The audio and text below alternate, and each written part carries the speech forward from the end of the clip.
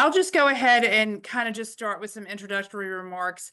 I'm Kyla Romanak, and I am currently the Chief Public Defender for East Baton Rouge Parish in Louisiana.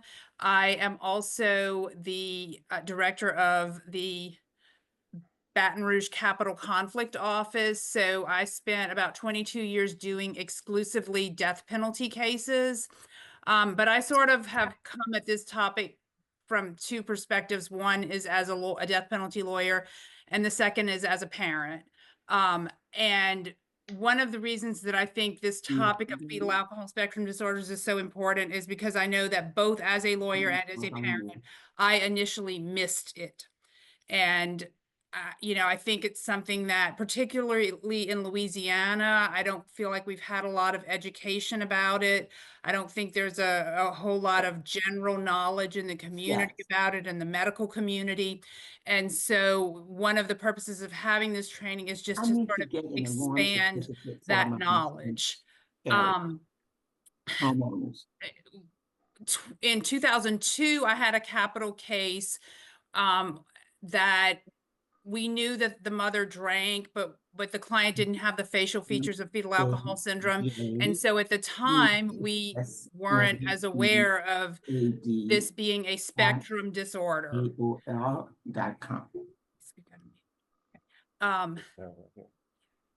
And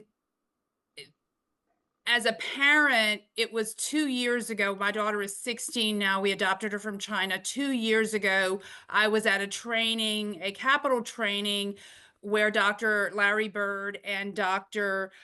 Ken Lyon-Jones were presenting about the Parkland shooting case.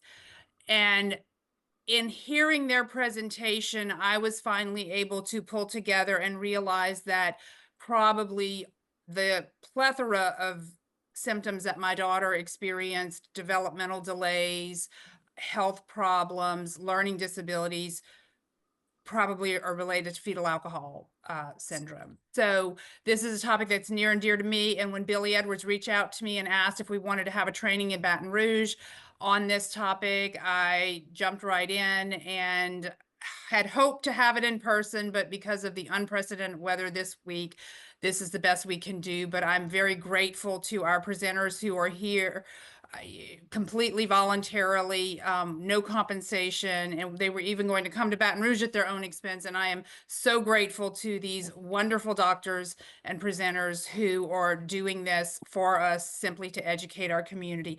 So now I would like for Jim Boren. Jim, are you on? You'll have to unmute yourself, Jim, if you're on, so that you can make a few introductory remarks. Yes, hey, good morning, everybody. I'm sure that none of you thought when you made plans to be here that your schedule would be disrupted as a result of 8 inches of snow in Baton Rouge and New Orleans, which is the first time that that's happened since 1895, which I'm happy to say I was not around at that time. To see it. So I'm very happy that all of you were able to navigate the internet and get here. I began practicing law in Baton Rouge in 1975 and have done basically nothing but criminal defense work since then. And in 2002, when the United States Supreme Court decided that Atkins, I had handled some capital cases by that time. I'd been a lawyer for 25 years, and so I knew everything about everything and could not be taught anything, I thought. But I didn't know anything about what was then called mental retardation. And that's what Billy Edwards was teaching about those 20 years ago. And I went to some seminars and some courses that he taught, and I thought, geez, this is I need to learn about this. And I met with what I think are two of the finest capital defense lawyers in Louisiana, Gary Clements and Denny LaBeouf and said, I know you guys have been working with mental retardation. What can you teach me? And Denny said, well, I'll tell you what I can teach you. I worked with a man for 20 years on death row. I met with him all the time. Somebody said I should have him tested for mental retardation. I said they were idiots because I know it when I see it, and I'm smart enough to have seen it lots of times. And she had him tested, and he ran an IQ of under 65, and it changed her approach and my approach to everything.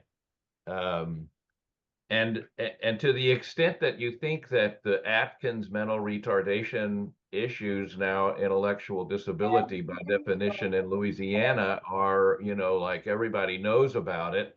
Last year, a judge in a post-conviction case in Louisiana told me that he was dismissing the PCR because all we talked about was intellectual disability, which is not grounds for anything. It's only mental retardation, which is covered by the United States Constitution. So there's not only do we have to teach ourselves, but we have to educate prosecutors and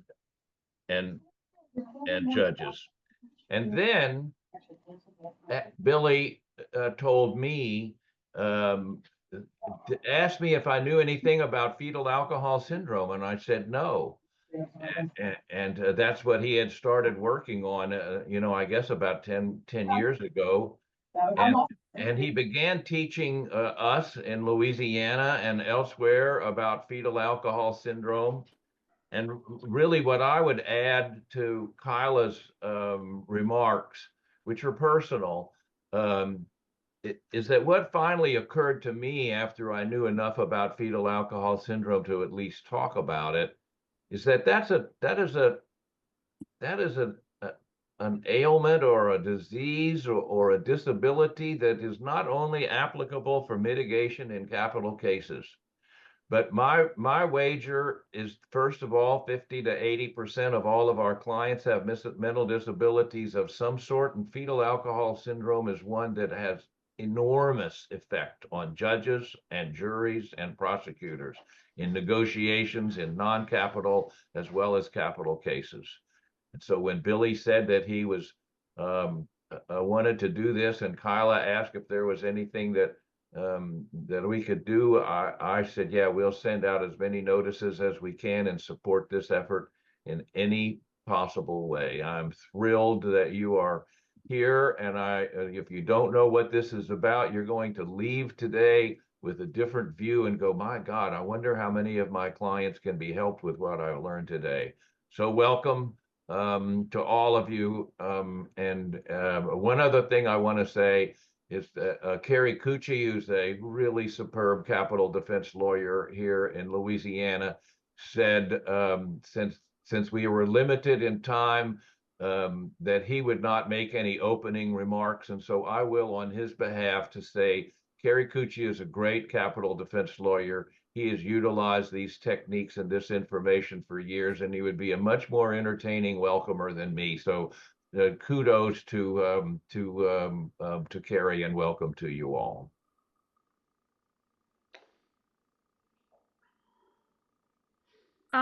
Next, we'll hear from Lori James Towns. Lori, are you on? I saw her earlier.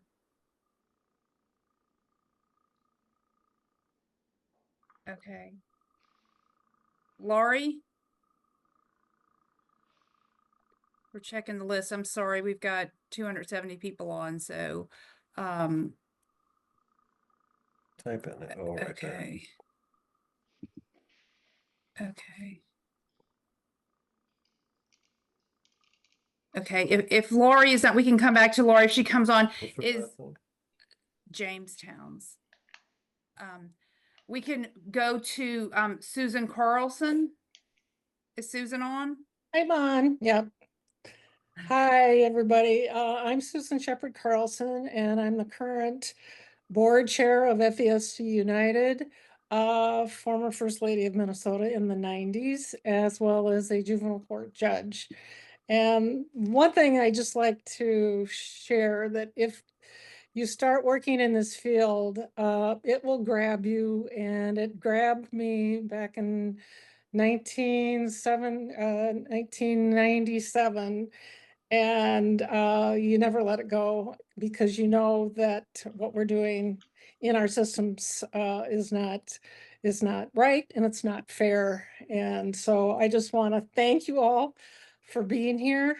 I've, like I said, I've been involved when I was first lady and in juvenile court, and I saw the intersection of a lot of kids that came before me with histories in their families with substance use. And I just wondered if there might be a connection, because we looked at uh, psych evals that talked about birth, brain trauma after birth, but nothing before birth. So that got me started. There's a federal committee called ICCFASD. They had a justice program for a number of years, and I was on that for a number of years, which helped lead. One of our projects was getting the ABA, American Bar Association resolution back in 2012. We also developed a bench guide for juvenile and family court judges. And we also had a listening session at the Department of Justice. Really proud of those. Unfortunately, a lot of the federal work has gone, the Justice Work Group has gone by the wayside. So um, FASD United has been the leading voice on FASD for 35 years, and proud of what we're doing. We're Ben and Billy Edwards was on our board. He's coming back on our board, and I just want to thank Billy personally for what he has done for the justice field. He's been remarkable. And FASD United has family navigators that take calls from all over the country, and justice is a huge issue. It really is. Also, it's been a dream of mine that we have a justice center, and so the scaffolding for that is in the works, which will develop a database of FASD case law, easily usable and accessible. And we'll provide resources for attorneys representing clients living with FASD.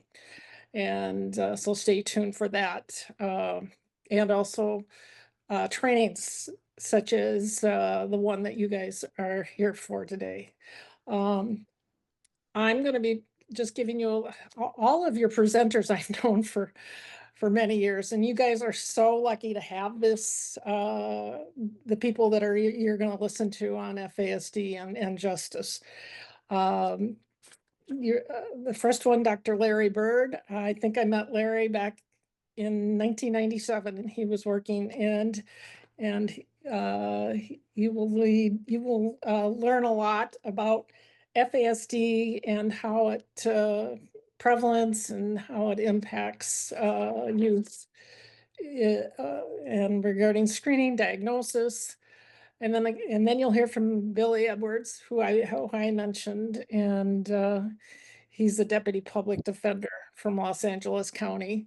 And then someone that I've admired, Dr. Kenneth Jones, who diagnosed the first case of FAS back in 1993, I believe. Dr. Jones, he's my idol, and again, there's an example of someone getting, in the field and wanting to help out for the rest of his life.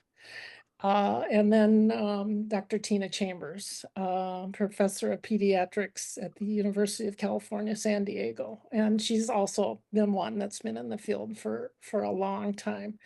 And then Judge Marianne Gaston, who I met when we were in New Orleans for the ABA, and she'll tell you her story, but you'll be delighted with Judge Marianne Gaston. So thank you for being here, and we hope that what we do in FASD United and what you're learning today will get you more involved, because one thing we've learned that if you identify these youth early on in the process and have an understanding of their disability, you're going to do a much better job, in interventions and people beginning to understand why they're in the justice system. So thank you all for coming, and I wish you have a wonderful session. Is Laurie Jamestown's on at this point?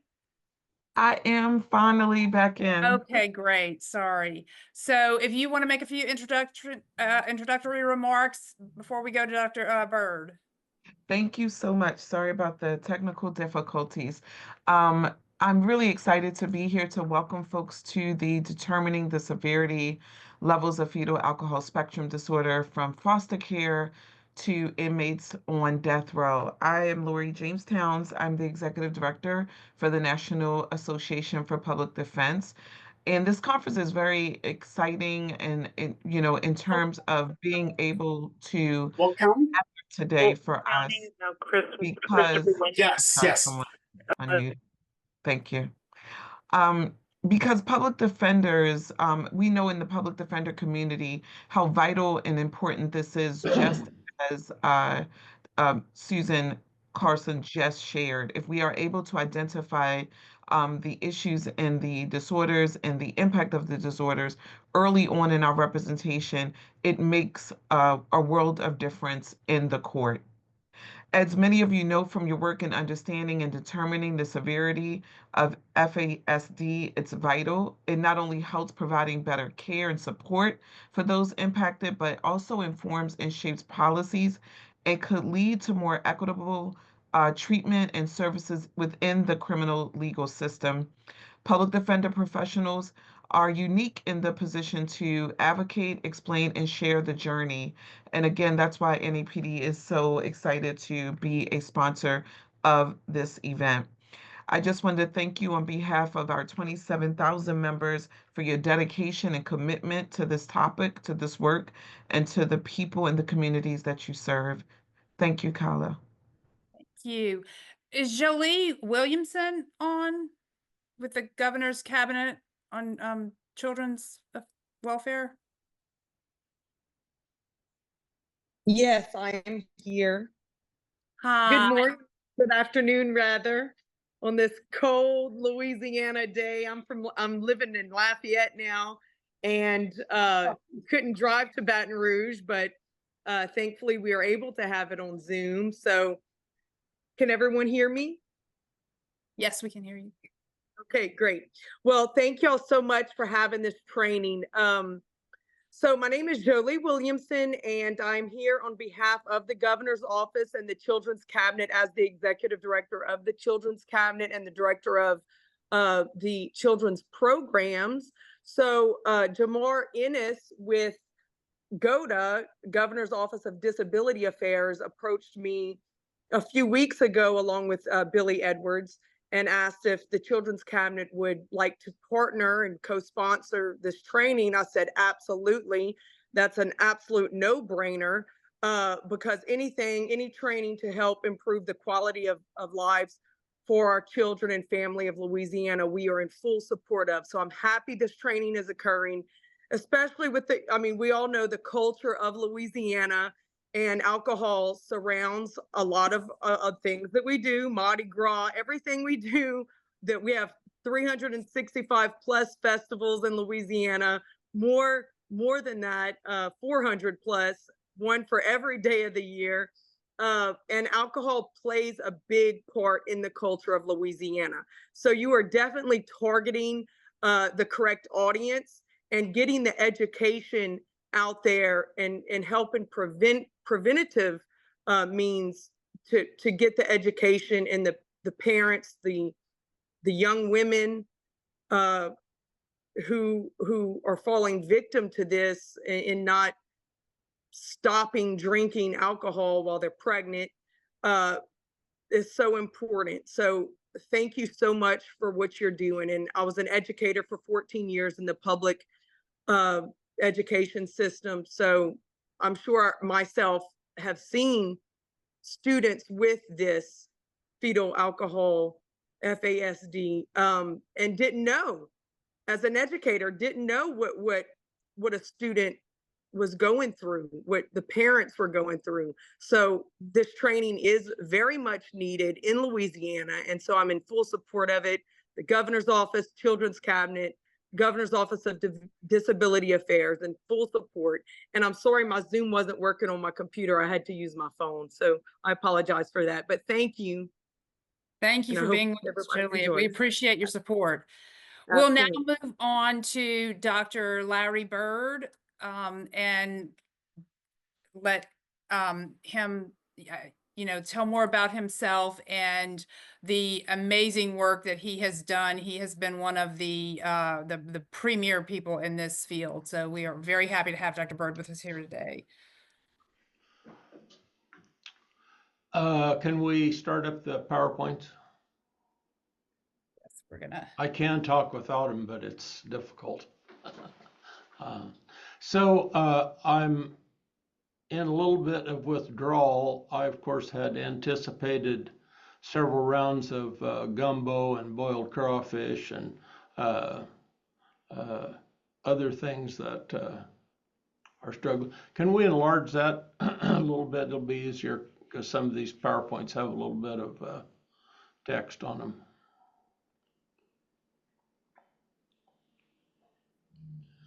Okay. So a couple themes here. One is if FASD is so common, why don't we ever talk about it? And how come it's so infrequently diagnosed? Next slide.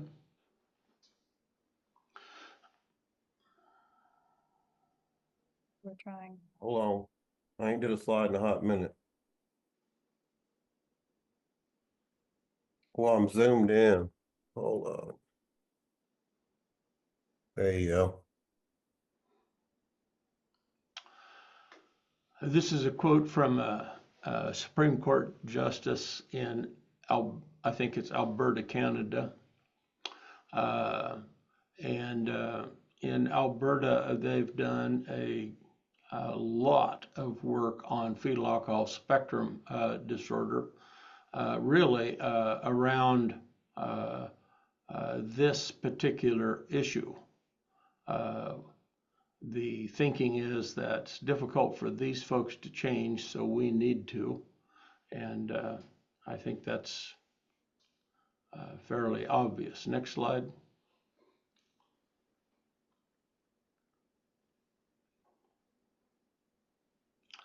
So what about Louisiana?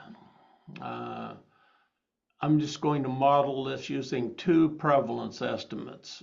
One is that 1 out of every 100 babies have it, and another that 5 out of every 100 babies have it. So you have about 560 new cases of FASD every year. That's at least 11 a week, 1 every 15 hours or so. Among those babies, about a third of them will have a sibling who has fetal alcohol spectrum disorder. So if you just think in terms of Louisiana, just give you some idea of the magnitude of this problem. Birth through 18 years of age, you'd have 50,814 children with FASD. My best guess is that 49,000 plus are undiagnosed. So the overwhelming majority of these children are undiagnosed. And let me just help with this. They're not diagnosed in the neonatal intensive care unit. They're not diagnosed by their pediatricians at their well child visits. They're not diagnosed by people doing early intervention for developmental disabilities. They're not diagnosed in Head Start or preschool. They're not diagnosed in elementary school. They're not diagnosed by pediatricians. They're not diagnosed by child psychiatrists. They're not diagnosed by pediatric neurologists. They're not diagnosed in the juvenile justice system. They're definitely not diagnosed in the adult justice system. They're not diagnosed in the developmental disability system. And tragically, they're not diagnosed in the mental health system, which is where the overwhelming majority of these people pass through, is the mental health system.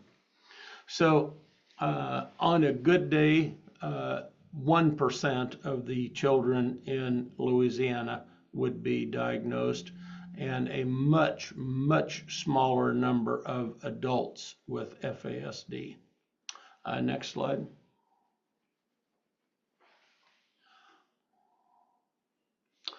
I've talked about this, so let's just skip this and go on. One of the things that's important to understand is that when a mom drinks, the fetus is exposed to the same amount of alcohol. So whatever her blood alcohol concentration is, it's the same in the fetus. Fetal exposure is not selected to any organ system. It's a total body exposure. Next slide. I think it's important to understand that an episode of drinking looks like this. You start drinking, your blood alcohol concentration rises. When you stop drinking, it peaks and then goes down. However long there's alcohol in the maternal bloodstream, the blood vessels in the placenta, the umbilical cord, and the fetus are constricted, so they are less efficient.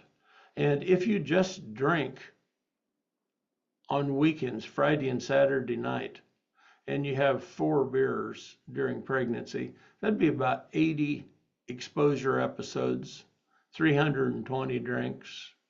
Somewhere around 680 hours, the fetus would be exposed to alcohol. If you drink 8 beers, much higher, and 8 beers really is not much alcohol use for most folks who drink during pregnancy. Next slide. So among this group of babies who are exposed, maybe as high as 40% of all pregnancies have some alcohol exposure. Around 7% or so worldwide will develop a fetal alcohol spectrum disorder. That may be higher or lower in Louisiana, I don't know. But of the, no, can we go back?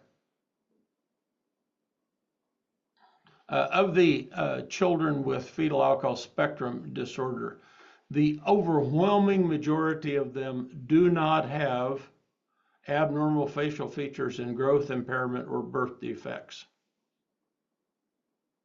They have brain damage and impairments in their adaptive functioning, their learning, and mental health impairments from prenatal alcohol exposure. So most children do not have growth impairment and abnormal facial features. Next. I'm not going to go over all this, but I think it's important to just to look at the effect this has. This is a familial disorder. This affects the moms. If they have a baby with fetal alcohol spectrum disorder, they're much more likely to die in the next few years than women who do not have kids born with FASD. Same thing's true of the dads. The dads have several impacts on pregnancies. The majority of the problems occur for the children, and I've just listed some of those. A couple I'd just point out to you. About 85% of these kids, when we see them, are out of the biologic home. Probably most of them that aren't have been voluntarily placed with a relative. So it's not common that you're going to see one of these kids with their parents. That's just not common. People say that fetal alcohol syndrome, the kind with the growth impairment, the abnormal facial features, and brain damage, is the most severe form of this. Well, I think that's quite incorrect. because many of these children die from infectious illness, sudden infant death syndrome. They're stillborn. They die from different problems in childhood. So there's a very substantial mortality effect. So when we're talking about kids who have been diagnosed, in most cases, we're talking about the survivors. We don't have a good system yet for capturing those who died. And fortunately, unfortunately, in North Dakota, we do. But most places don't. Next slide. I want to emphasize again what this looks like in a family. Over the generations, the risk of having a child with FASD increases.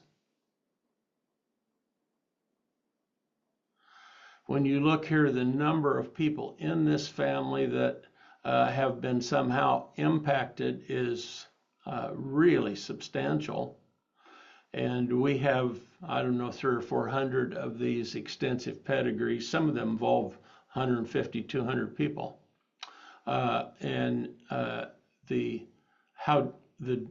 It's just a dramatic effect in these families.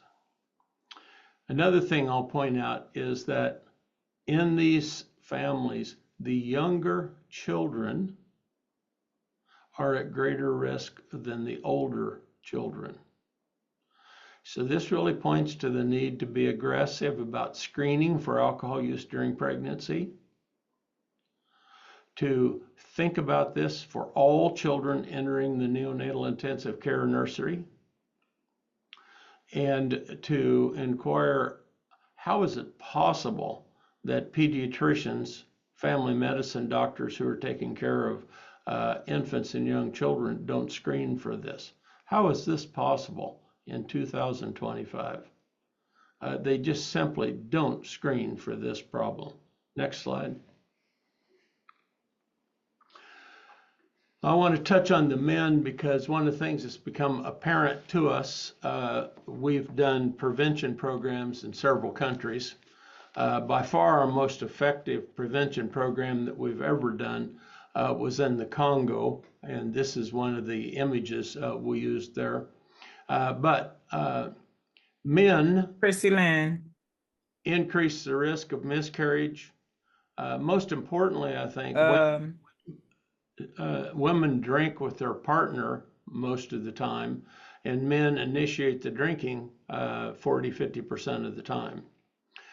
So I think we need to help men understand that alcohol exposure is going to hugely increase the risk for problems in their children.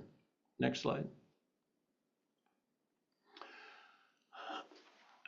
I'm going to spend quite a bit of time talking about a theme here that I want to explain to you. And that is that we know a lot about the developmental trajectory of children with fetal alcohol spectrum disorder. And it looks like this. After you're born, you go through abuse and neglect. You get placed in foster care. In foster care, people discover that you are developmentally delayed and you have impairments. Most children will then go for years of therapy, special education in school. At some point along here, they'll begin to have legal problems. The risk for developing substance abuse is high, and the likelihood of being able to live independently at the most is 15%. Most of these children are not going to be able to live independently, successfully at least. Next slide.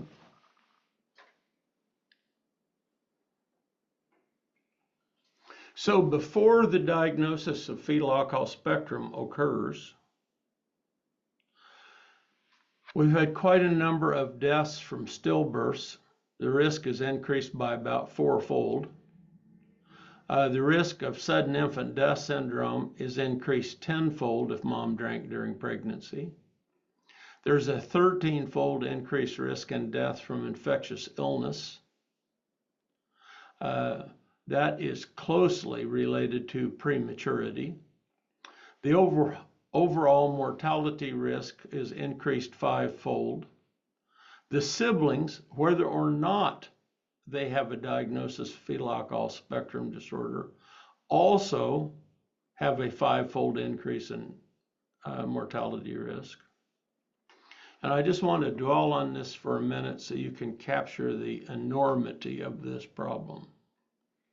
If a mother gives birth to a child with fetal alcohol spectrum disorder and she lives anywhere on the globe, her risk of premature mortality increased 33-fold. An example of this in South Africa, about 25% of the moms are dead before their child enters the 1st grade.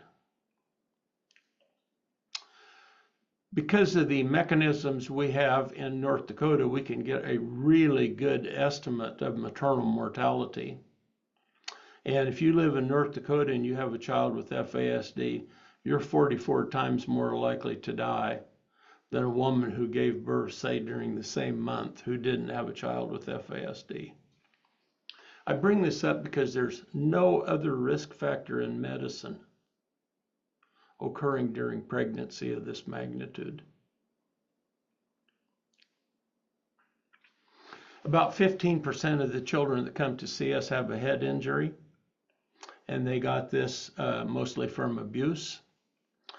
Huge rates of placement in foster care, and I'm going to talk a little bit more about foster care as we go along here.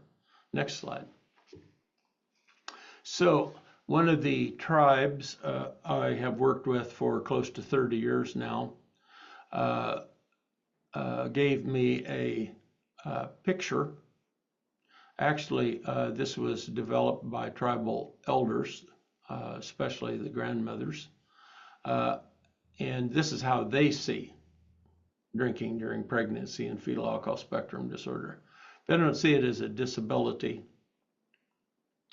They see it as something that'll kill you. Next slide. We need some kind of metric to figure out who should we be concerned about. Well, obviously, if you have a sibling diagnosed with FASD, you need evaluated. If you're in foster care, every child in foster care needs evaluated. It just defies logic that for moms who've been in substance abuse treatment, we don't screen every one of their children. This is just really a bitter pill for me to swallow, that this isn't routine. If the mother is dead, missing, in jail or prison, just that fact alone increases the child's risk of fetal alcohol syndrome by a huge amount. Having a positive screen for drugs, and as most of you probably know, obstetricians, hospitals, clinics, big on screening for drugs, but they don't screen for alcohol. But having a positive screen for drugs dramatically increases your risk for having fetal alcohol spectrum disorder, because women who use drugs drink a lot, or women who drink also use drugs.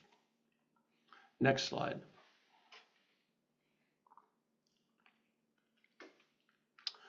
So I want to change your thinking on this and look at foster care as mostly a substance use treatment program. And that's who goes into foster care. Child protection people go out, they go into this home, they can't find a functional adult, they conclude the environment is unsafe, they place the child in foster care because it's not safe And most of the time, this is substance use. And a very significant portion of that is alcohol. Now, it's methamphetamine, opioids, those kind of things that are in the reports because people don't screen for alcohol use. But alcohol is extremely prevalent there. Next slide. So this is a study of, I think, all papers who have looked at the relationship between fetal alcohol spectrum disorder and foster care placement. So we can think of this two ways. If you have FASD, you have a 30% chance of going into foster care. If you're in foster care, 2 out of every 10 children will have FASD. Now, I think it's probably higher than this. I think this is a lower estimate. I think it's higher because these programs don't screen for FASD, and most of them have no way to get a child diagnosed. So I think it's higher. Next slide.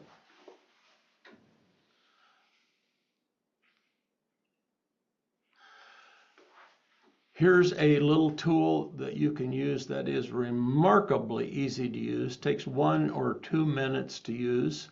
It's 7 items. It doesn't take a lot of training to use it. Most of the time in our state, we would use this 2 or 3 times with children, trying to get it into our early childhood tracking. Still no luck, even in a state like North Dakota, of getting it in the neonatal intensive care nurseries. No luck yet.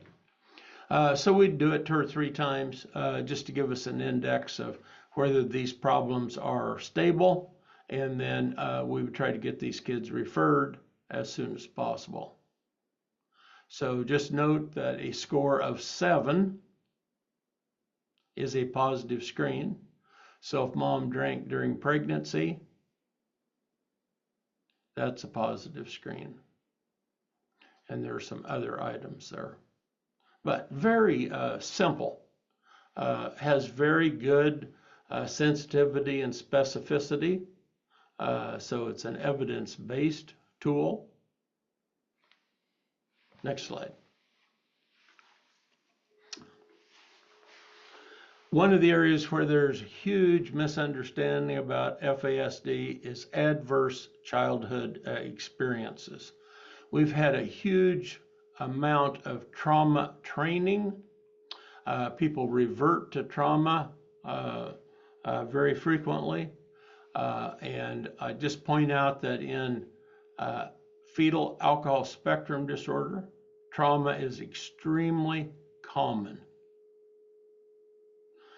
This is a great little picture here, I think, of how trauma occurs in these systems, and not something I think you would need to talk about much to see how that might impact someone for quite a while. Next slide. One of the things that's very important to understand is that the higher your ACE score, adverse childhood experiences, most people collect 10 of these. The higher your ACE score, the greater your risk of having fetal alcohol spectrum disorder. Now, I want to just share something with you that's important.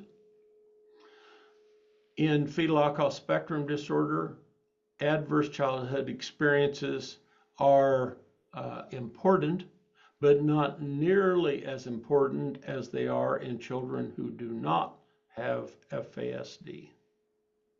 Simply put, drinking during pregnancy does so much damage to the brain.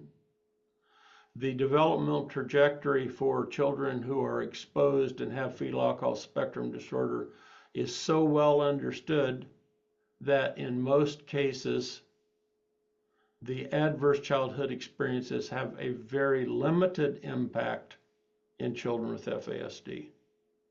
I just want to say that once more. In most cases, if a child has FASD, adverse childhood experiences have a very limited impact. Now, we don't do a good job of capturing adverse childhood experiences. In North Dakota, we had a record that stood for like 15 years, where one of the kids that came to see us had 31 foster care placements. Just a few days ago, we had a child come who was 14, and she'd had 56 placements.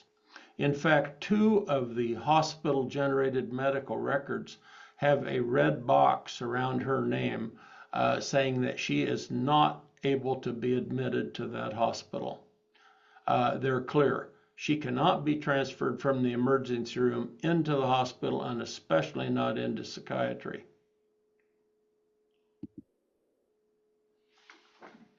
Next slide. One of the main points to understand here is that the primary effect of prenatal alcohol exposure is damage to the brain. One of the tribal nations gave me this picture, and it's pretty clear. You can see all these dark forces up there, cultural problems, substance use, poverty, etc., and damaging the fetal brain. And along the sides are the people who have responsibility, the tribal elders, tribal judge, grandparents, parents, standing there looking away while this happens. I thought this was a particularly great picture because it points out the mechanism by which prenatal alcohol exposure causes fetal alcohol spectrum disorder. Next slide.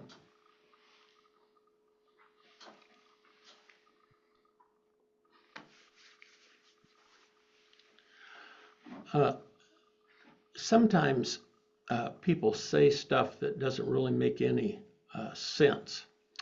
This child's already been diagnosed with autism. What more would a diagnosis of FASD add? This child already attends our ADH,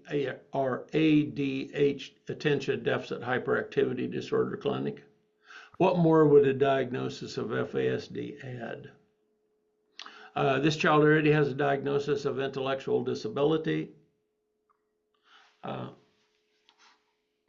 is a profound misunderstanding. And I hope you can just look at this little chart here and see why a diagnosis of fetal alcohol spectrum disorder is so incredibly important. Because it's much more complicated than most people think. The outcome is poor. It's not neutral, it's poor. There's a high mortality rate. Most of these folks are going to have severe disability.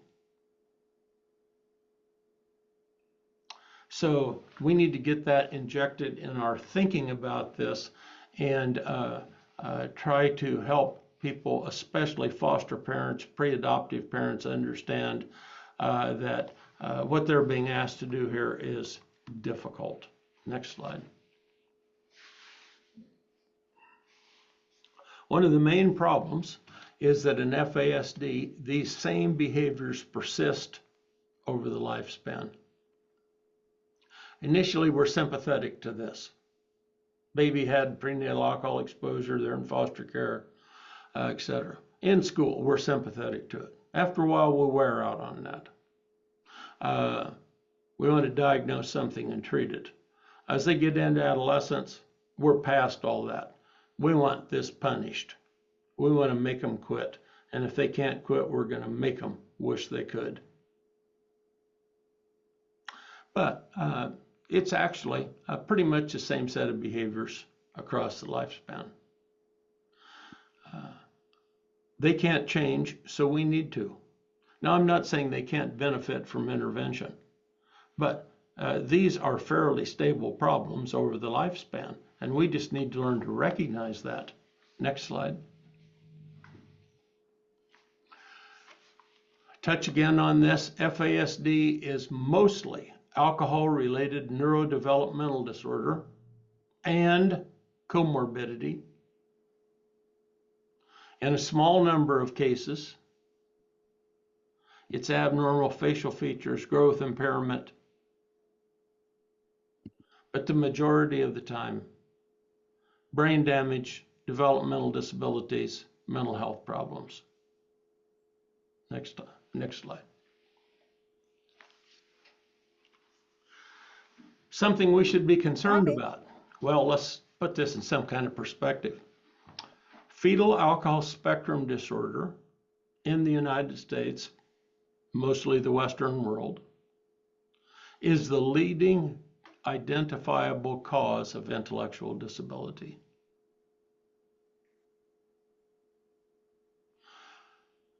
By far, it's the leading identifiable cause of mental disorders in children.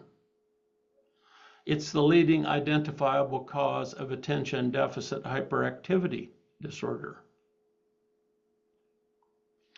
If you looked at all children who are placed in residential care because of psychiatric problems, behavior problems, neurodevelopmental problems, people would be shocked to see how common FASD is. In juvenile corrections, a very substantial number of people with FASD are in the juvenile correction systems. It drives developmental disability. And in some states where FASD is an eligibility criteria for developmental disabilities, if you study this carefully, they're so concerned about it that they have added an extra level of bureaucracy to reduce the number of children who can come into those systems. FASD is by far the leading cause of learning disabilities. So this is a huge problem. We're spending billions on this. We're not even in our infancy yet when it comes to screening and identifying this.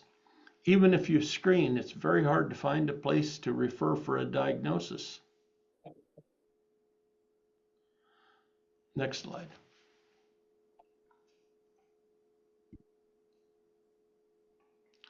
So I want to share with you that the manifestation of the disability in FASD is these other things. This is what FASD looks like. It looks like intellectual disability. It looks like increased risk for anxiety, ADHD, learning disabilities. It looks like children who need to be placed in residential care, juvenile corrections. So if we just stop and think about this, how does FASD appear? This is what it looks like. You think you did good on the test, babe? Next slide. Do you want some tea or some lunch?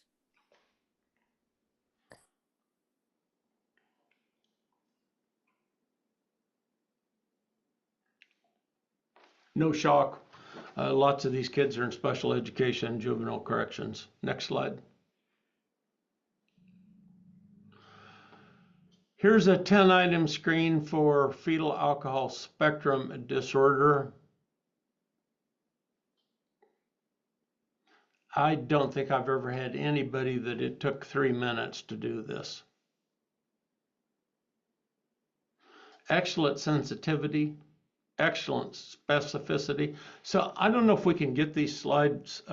Is there a button? Yeah, there we go. That's, oh, now we're cooking with gas, sir. So these are very straightforward items.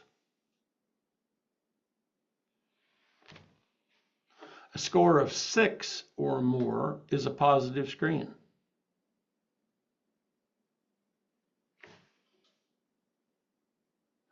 So we spent huge amounts of money, decades developing these tools. They're extremely simple to use. They're evidence-based. They've been published in journals. So I really encourage you to think about adopting them and trying to fit them into your systems of care somewhere. Next slide.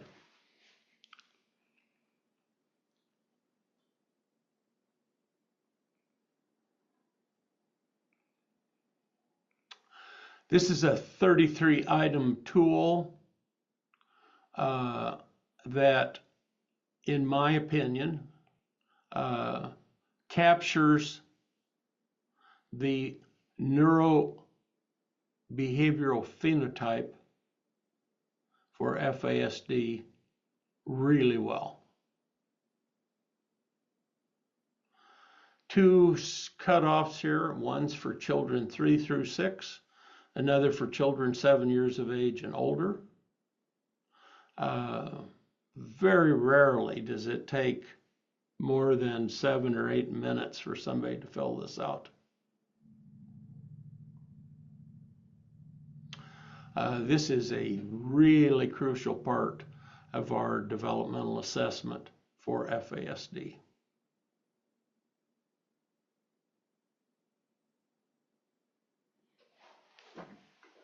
Next slide.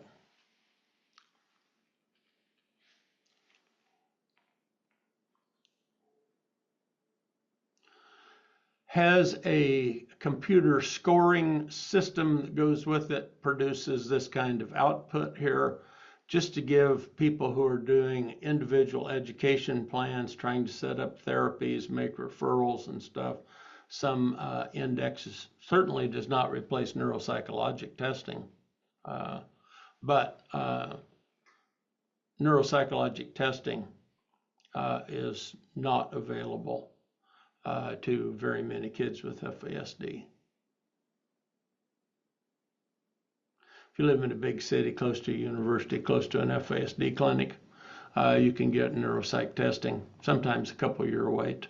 But for most people, this is neuropsychologic testing is not going to occur. Next slide. So 4 screening options.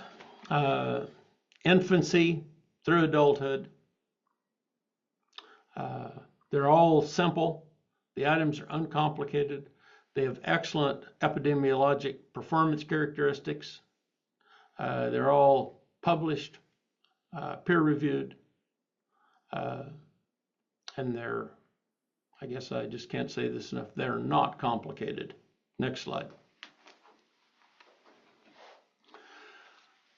I'm going to just hit on this over and over again. Most developmental disabilities get better.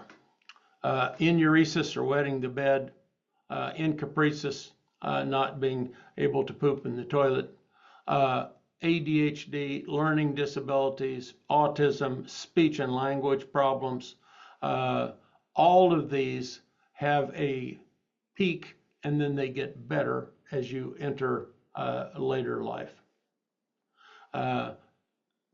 If you just wanted a summary, probably about 85% of these problems get better. FASD has a completely different developmental trajectory. It gets more complicated over time. About half of FASD is excess disability from our stubborn refusal to do screening and make early diagnosis and get away from punishment-based systems for them. Next slide. One of our moms made this painting for me. We finally, after years of working on this, got her daughter who had a pretty severe psychotic disorder into a group home. And this is sort of a pictorial summary of her experiences parenting a child with FASD. Next slide.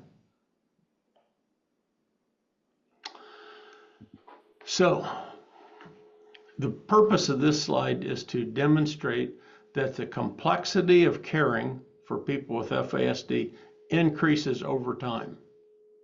From infancy through childhood, adolescence, adults, many of the adults with FASD have a big change in the way they present, and they develop chronic diseases, which will, as near as I can tell, be with them for the rest of their life. So FASD increases in complexity for sure until your mid-20s. Next slide.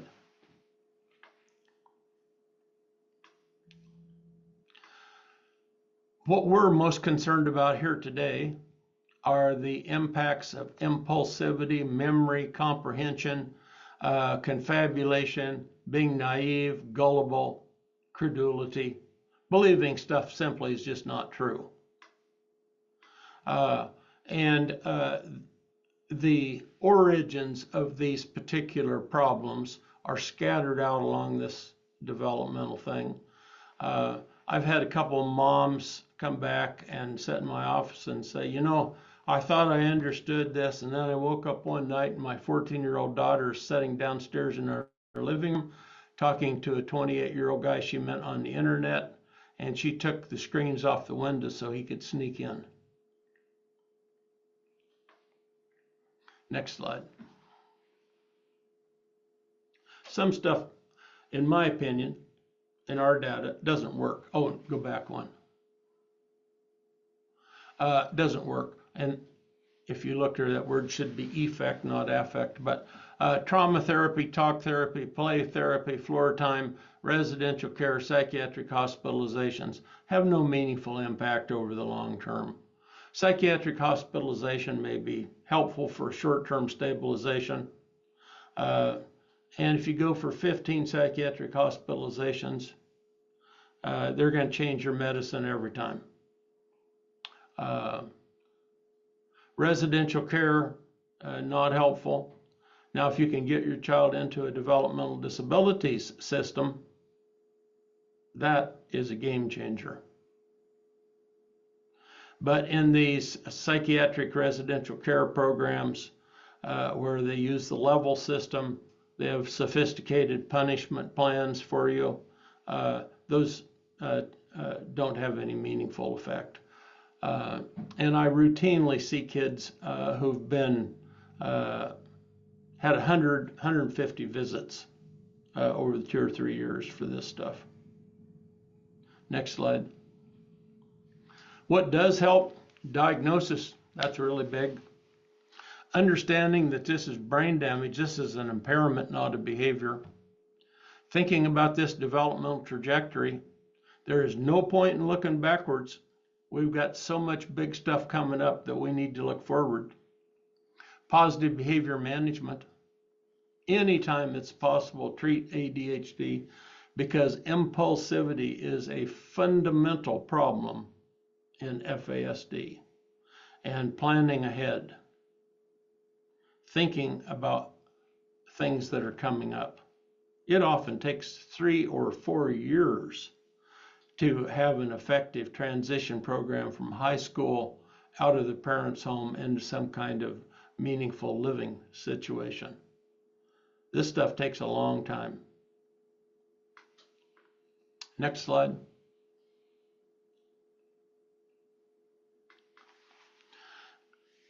It's not really possible to say enough bad stuff about fetal alcohol spectrum disorder and the adult prison systems. I've been in prisons in quite a number of countries.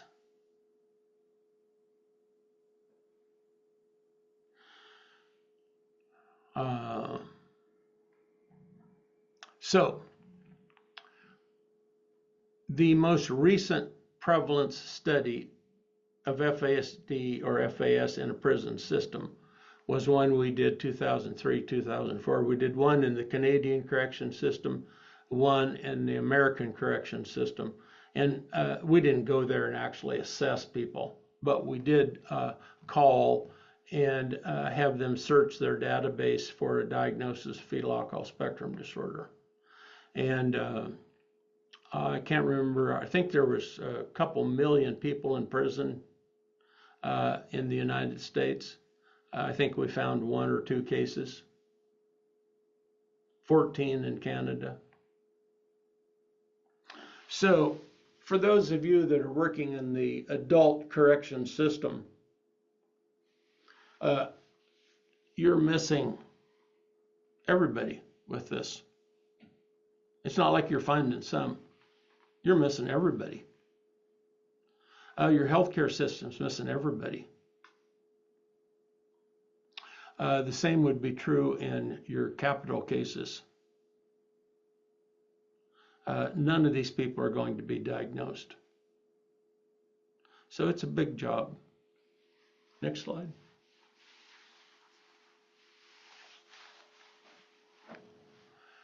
What about, is it too late? Well, here's an 81-year-old woman. She figured out on her own that she had fetal alcohol spectrum disorder. Several people tried to talk her out of coming to see us. And here's her rundown on what she learned.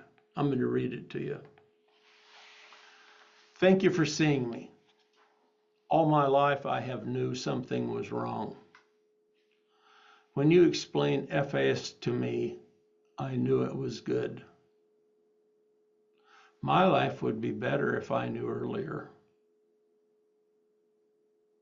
My whole family died from FAS. My mother, her sisters, and all my brothers. They had bad livers from alcohol. I cry when I think about all the babies who died. I'm sad and happy that at 81, I know.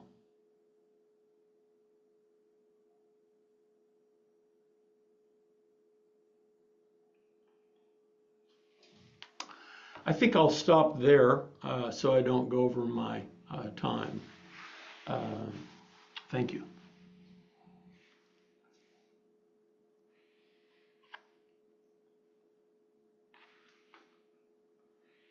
Thank you very much, Dr. Bird. That was very enlightening, and I appreciate it. We're going to go now to Dr. Kenneth Lyon Jones.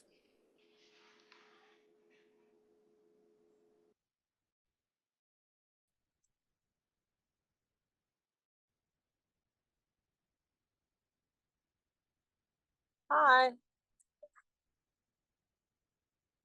Dr. Kristen. Jones, Nice to meet you. Dr. Jones, you're on mute. Just got off work. Okay, I got it. So should I just be sharing my slides at this point? Or is somebody going to do that for me? Put up my slides. Is Tara Truman's son?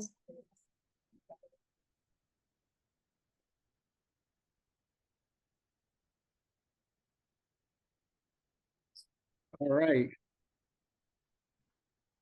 Well, I went and saw him What's that? There we go. last week. All right, so thank you very much, and thanks, Larry, for what a great talk. It's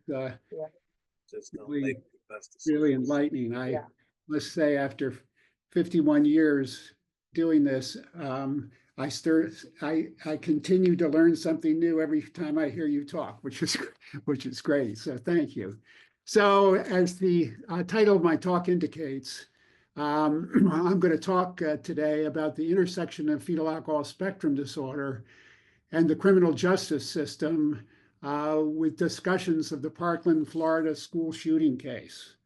And I'm also going to talk about another case, which I think was the first death penalty case in an individual who's identified with fetal alcohol spectrum disorder. And I'm going to talk about that to a lesser extent than the Parkland, Florida shooting case. So if I could have the first slide, please. And I'm probably going to talk about some things that Larry has already talked about, Dr. Bird has already talked about, But I think most of them are some of the important things that he talked about, and I don't think it'll hurt to hear them over again. So it might surprise you because we talk about this disorder as the fetal alcohol spectrum disorders all the time. But fetal alcohol spectrum disorder is not a diagnosis. It's an umbrella term. It was developed by the Institute of Medicine of the National Academy of Science. And if you could go back to that first slide, please, I would appreciate it with the umbrella there. Thanks. It's an umbrella term which was developed by the Institute of Medicine of the National Academies of Science in 1996. And underneath this umbrella are three diagnoses. And those diagnoses are fetal alcohol syndrome, partial fetal alcohol syndrome, and alcohol-related neurodevelopmental disorder. And I just want to go through these three very briefly with you as a start. So on the next slide, please. First of all, the fetal alcohol syndrome itself. Can I have the next? Thank you. And this is the pattern of malformation, which was called fetal alcohol syndrome in 1973 at the University of Washington in Seattle by my mentor, David W. Smith, and myself. I was his fellow at that point in Seattle. We saw 8 children, all of whom were born to alcoholic mothers one morning. It was an incredible experience. Dr. Smith, my mentor, got a call from a woman named Shirley Anderson, who was the head of the outpatient clinic at the King County Hospital, which is the large county hospital there in Seattle. And she said, I've got these 8 children down here, all of whom were born to alcoholic women, and they seem to look the same to me. Would you come down and take a look at them, please? And I was Dave Smith's fellow, and so we jumped in the car together and we drove down to the county hospital. And we saw these 8 children all on their caretaker's lap, sitting around this one room. And we went from one to the next to the next. And they had this very specific and subtle but characteristic pattern of defects that you see here on this slide. First of all, they had growth deficiency. This was both prenatal and postnatal, meaning that at the time of birth, they were already growth deficient, so they failed to thrive in utero. They had postnatal growth deficiency, meaning that even after they were cut away from the placenta by the obstetrician, even after that point when they were no longer exposed to alcohol through their placenta, they continued to fail to thrive, and that was growth deficiency.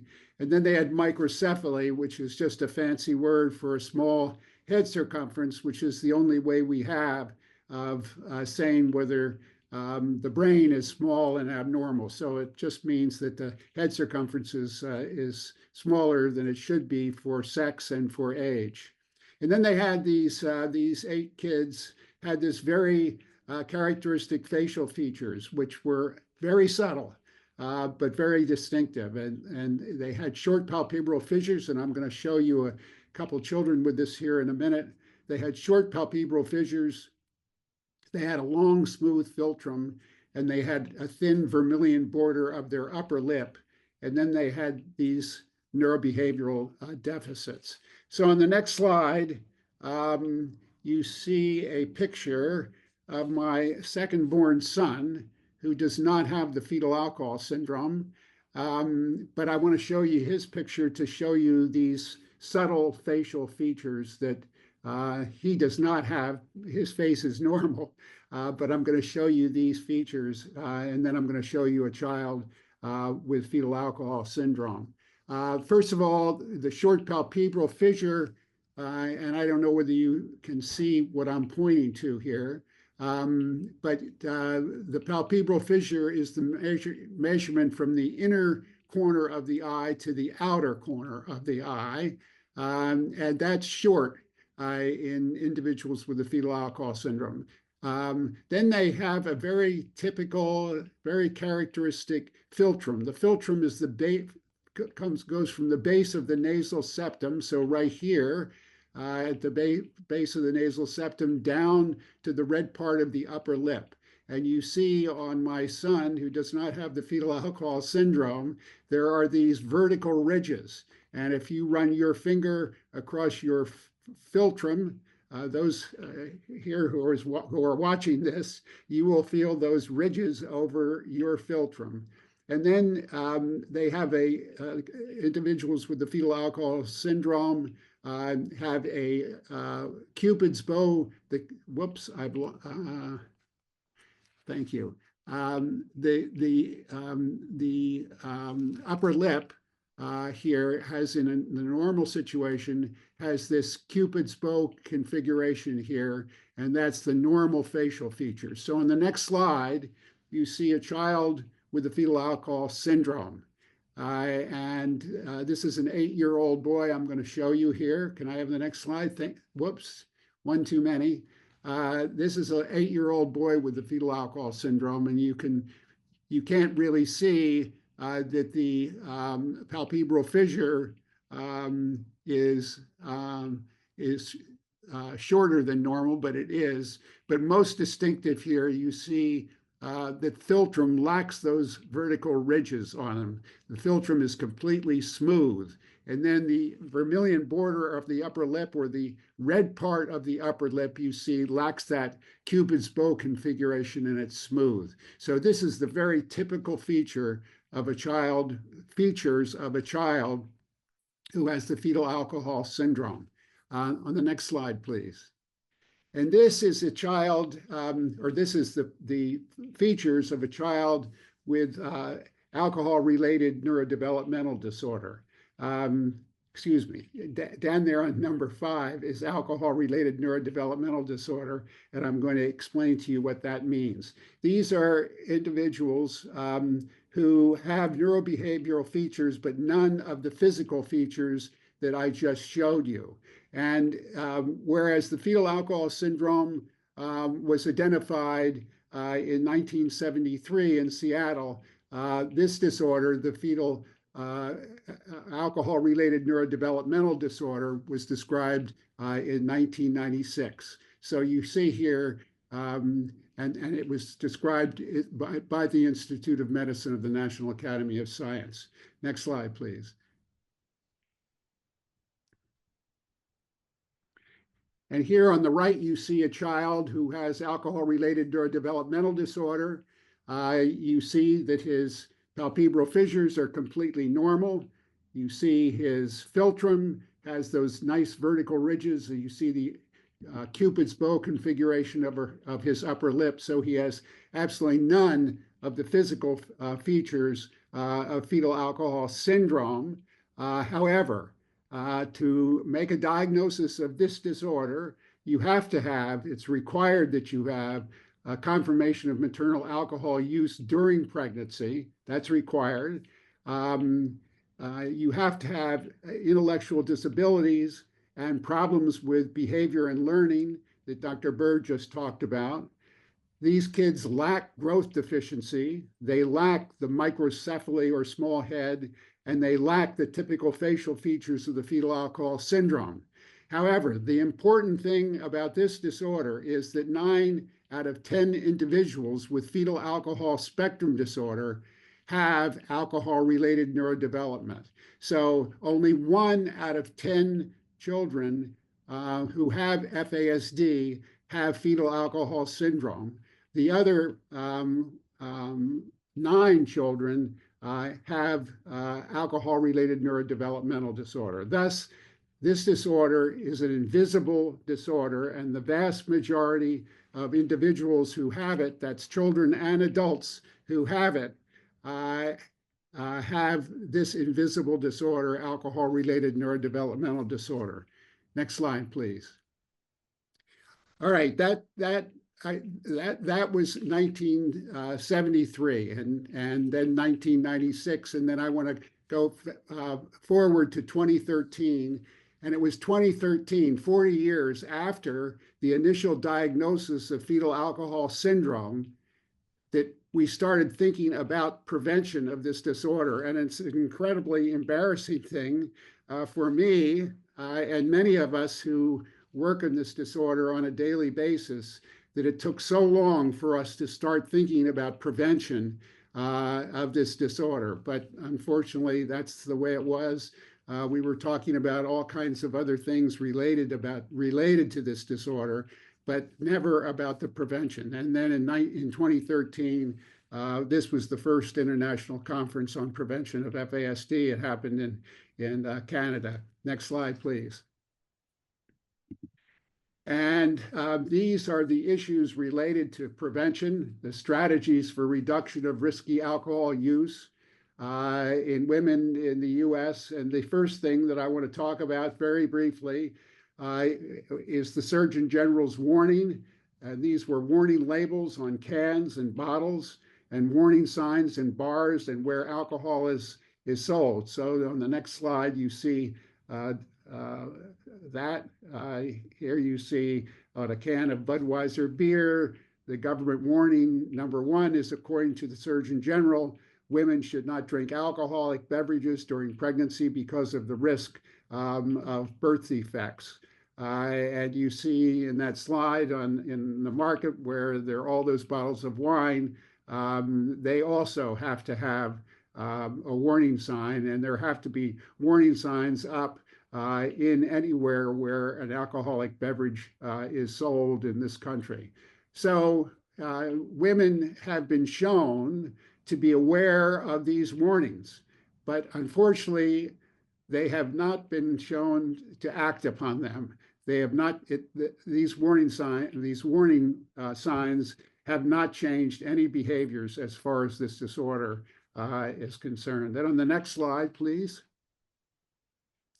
The next thing I want to mention as far as a prevention is concerned is decreased time between conception and pregnancy awareness. And obviously, if you can decrease the time between the time the baby was conceived and the pregnancy the mother became aware of the fact that she was pregnant, if you can decrease that time, you can decrease the amount of alcohol that fetus was exposed to.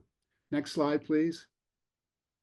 And so this is a study that was published in 2017 on promoting early pregnancy awareness. As it turns out, the average gestational age at the time of pregnancy awareness in this country is 5.5 weeks, irrespective of whether the pregnancy was intended or not. And this is really fantastic. The vast majority of women stopped or decreased drinking alcohol after pregnancy awareness. This suggests that promoting early pregnancy awareness could be more effective than promoting abstinence from alcohol among all women who could conceive. The latter won't work, and the former results in reduction in alcohol consumption. So if we can decrease that time between conception and awareness, we are going to decrease the amount of alcohol that fetus is exposed to. The next slide, please. This is a thing or a warning sign in Minnesota bar offers pregnancy tests to decrease the time between conception and pregnancy awareness. So alcohol consumption while you're pregnant is a definite no-no in modern society. But what if you didn't realize you were expecting? If you're in the vicinity of this Minnesota bar, there's no excuse. Pub 500 of Mankato, Minnesota has installed a pregnancy test vending machine so you can get your results before ordering a drink. So you go into the women's room. Step 1 is you swipe a credit card. Step 2 is you make a selection.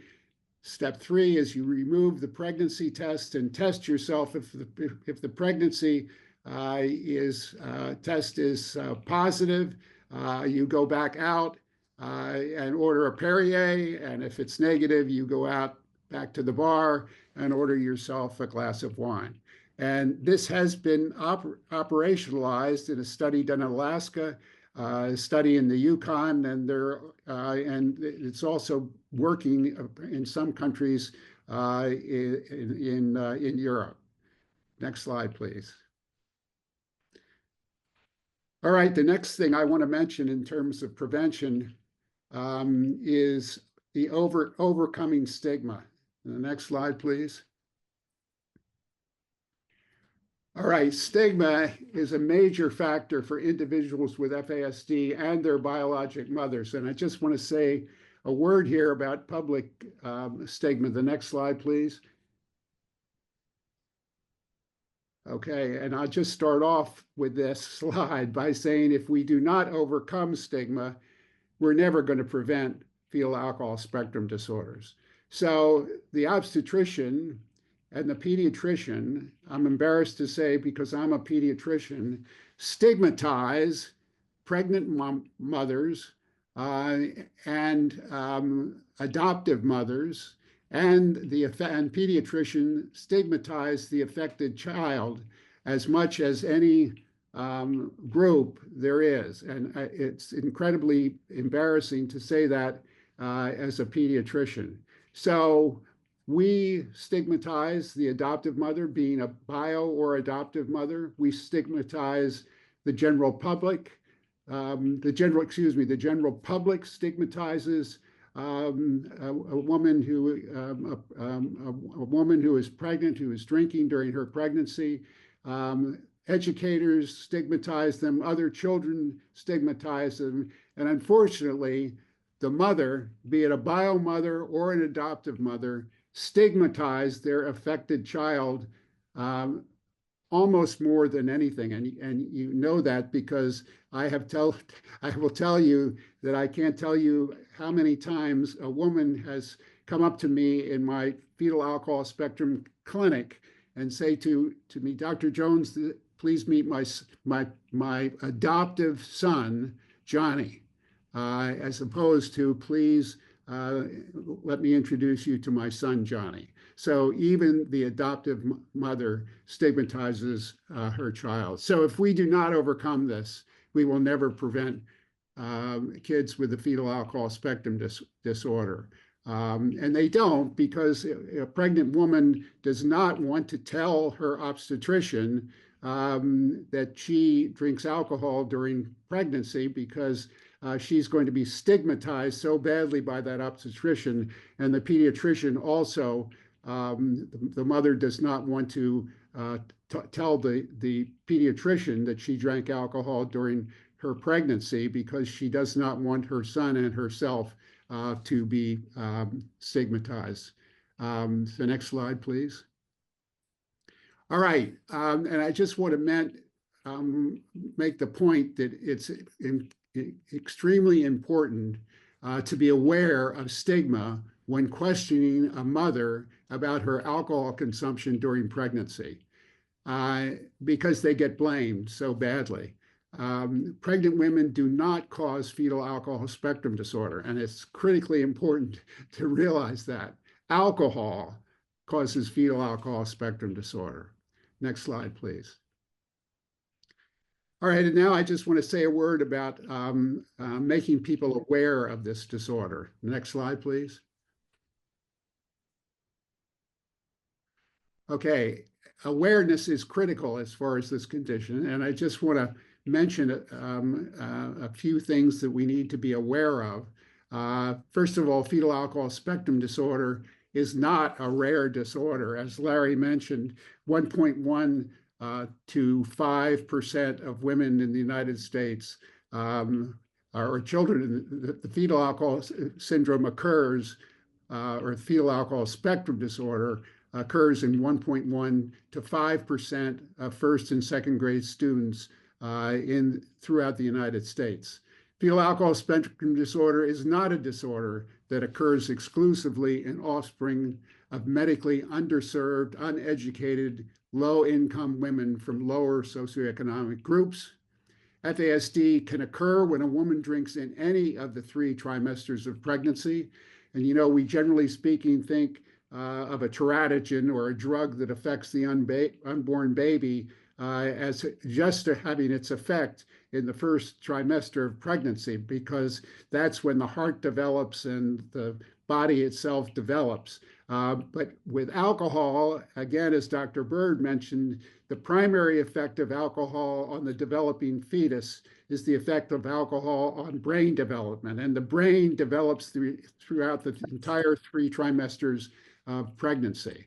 There is not a safe level of drinking during pregnancy. We're also doing a conference. Alcohol is the drug of abuse that has the greatest impact on fetal development. And people frequently are very much surprised about that. They think, well, all these drugs, marijuana, methamphetamine, cocaine, fentanyl, all these drugs have a horrible effect on the developing baby. But alcohol is the drug of abuse that has the greatest impact on fetal development.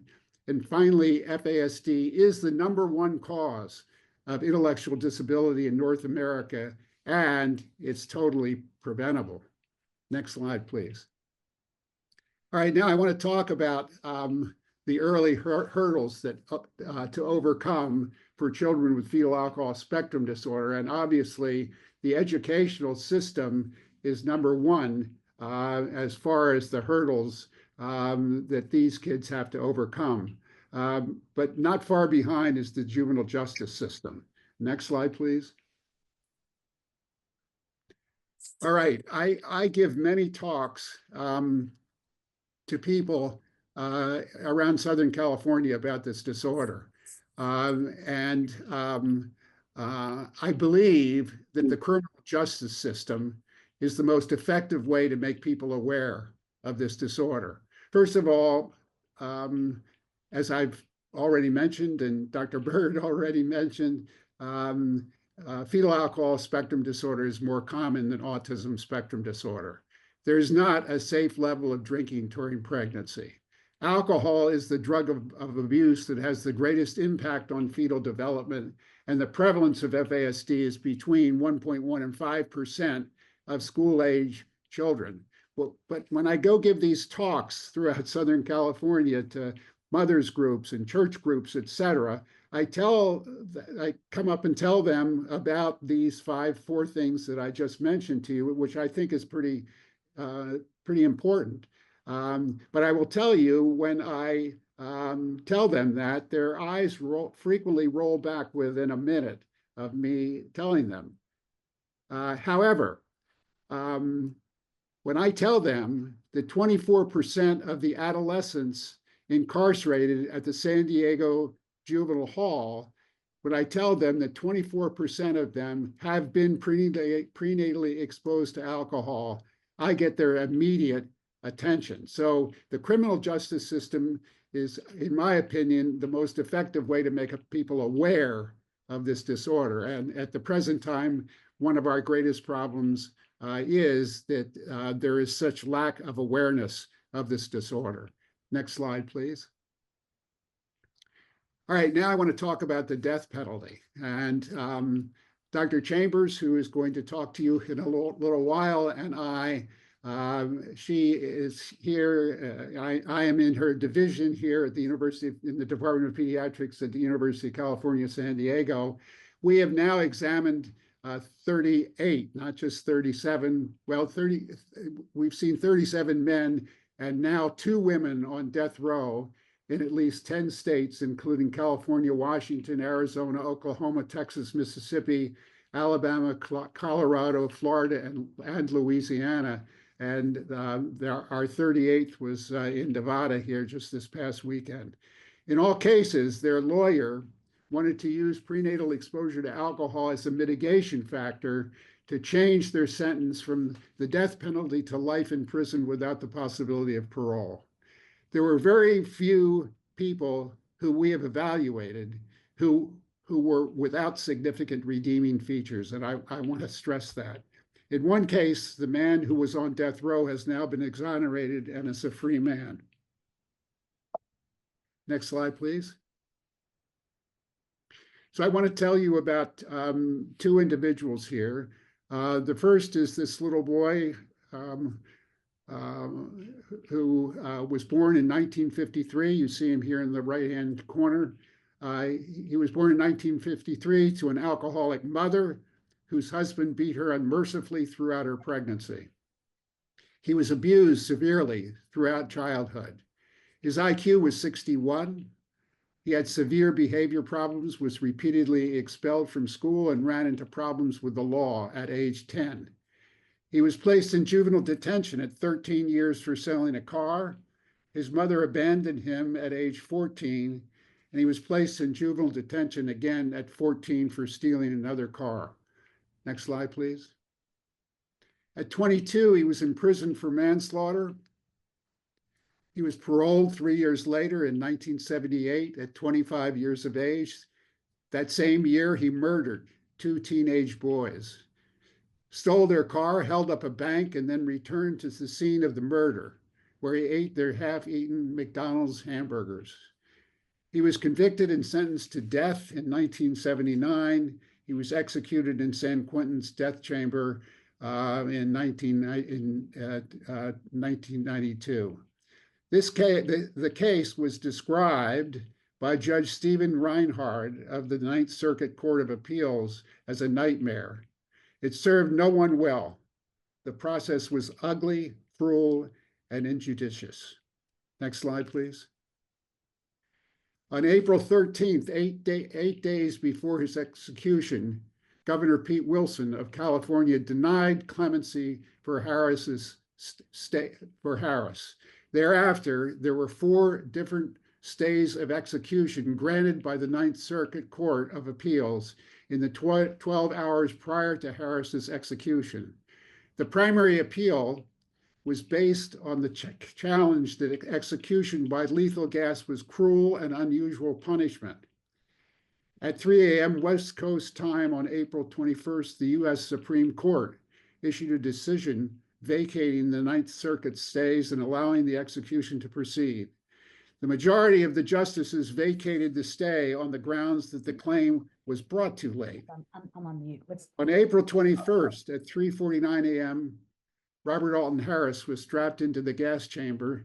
Seconds before execution, a Ninth Circuit judge stayed the execution for the 4th time, and 2 hours later, the U.S. Supreme Court vacated that stay, explicitly ordering no further stays of Robert Alton Harris's execution shall be entered by the federal courts except upon order of this court. Next slide, please. The lack of compassion was dramatic from my standpoint. To many, this lack of compassion was most dramatically demonstrated by the strapping and unstrapping of Harris in the gas chamber, the filling of vats beneath his chair with acid, and his removal from and then return to the death chamber on 2 occasions. To others, the lack of compassion was Governor Pete Wilson's unwillingness to grant clemency to an individual who was intellectually disabled, had been abused as a child by his father and his alcoholic mother, and who had been diagnosed with fetal alcohol spectrum disorder. To others, it was the Supreme Court's decision that the cruel and unusual punishment claim should not be considered. The majority of the justices reversed the stay on the ground that the claim was brought too late. All right, can I have the next slide, please? And I think total lack of compassion in that case. And I think in this case, from February 14th, 2018, when 19-year-old Nicholas Cruz murdered 17 students and staff at the Marjorie Stoneham Douglas High School in Parkland, Florida. And you see Cruz here on the upper right. His prenatal exposure to alcohol was well documented by his biologic mother on numerous occasions and was more excessive than I've ever encountered. His adoptive mother told everyone that she was his biologic mother and that the pregnancy was completely normal. Cruz had many risk factors. He was prenatally exposed to alcohol. His father died when he was 5, and he was the first to find him. Thereafter, in order to discipline he and his brother, his mother would call the police, and this happened on at least 20 occasions. He was expelled twice from preschool. He repeated kindergarten. He had no extracurricular activities. He had no friends, and he failed in everything he tried. He had one protective factor: his adoptive mother, who died 3 months before he killed 17 people.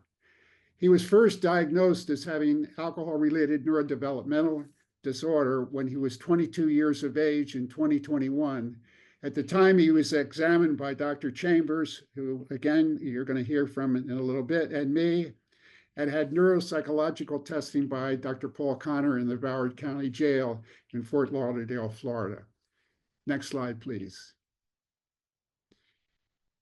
Nicholas Cruz pleaded guilty in 2021 to fatally shooting 17 people, so the trial was not to prove if he was guilty of murder, but whether he would be sentenced to death or to life in prison without the chance of parole.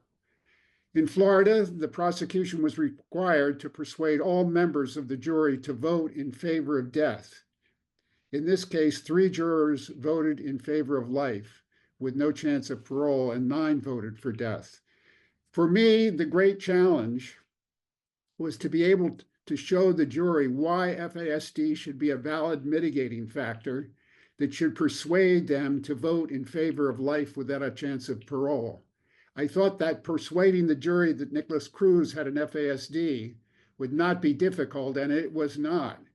But going one step farther, persuading the jury that a diagnosis of an FASD, in this case, alcohol-related neurodevelopmental disorder, was a sufficient mitigating factor to obviate the death penalty would be difficult, and it was.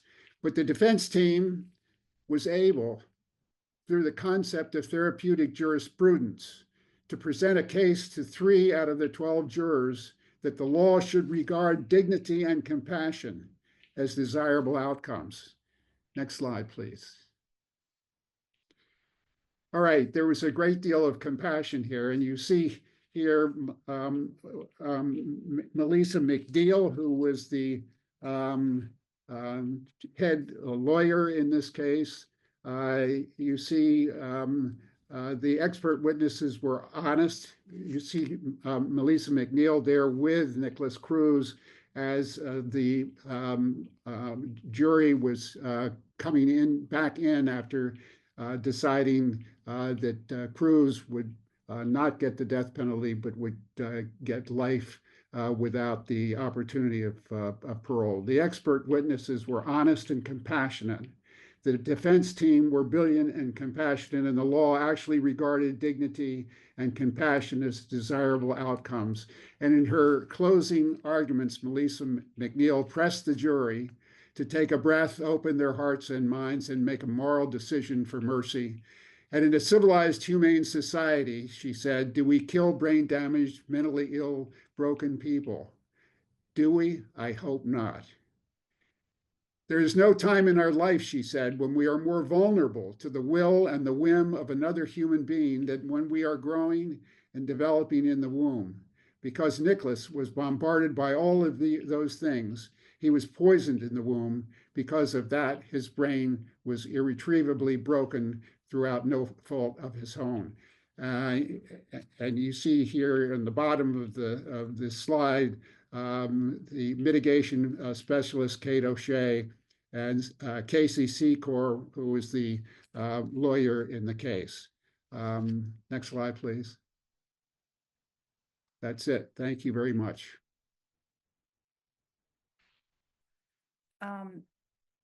And our next speaker is going to be Judge Marion Gaston, who has done a lot of work on FASD, particularly with juveniles in juvenile court. Judge Gaston, are you there? I am. I'm having technical issues, but I think I resolved them. Right. So, are we ready to get started?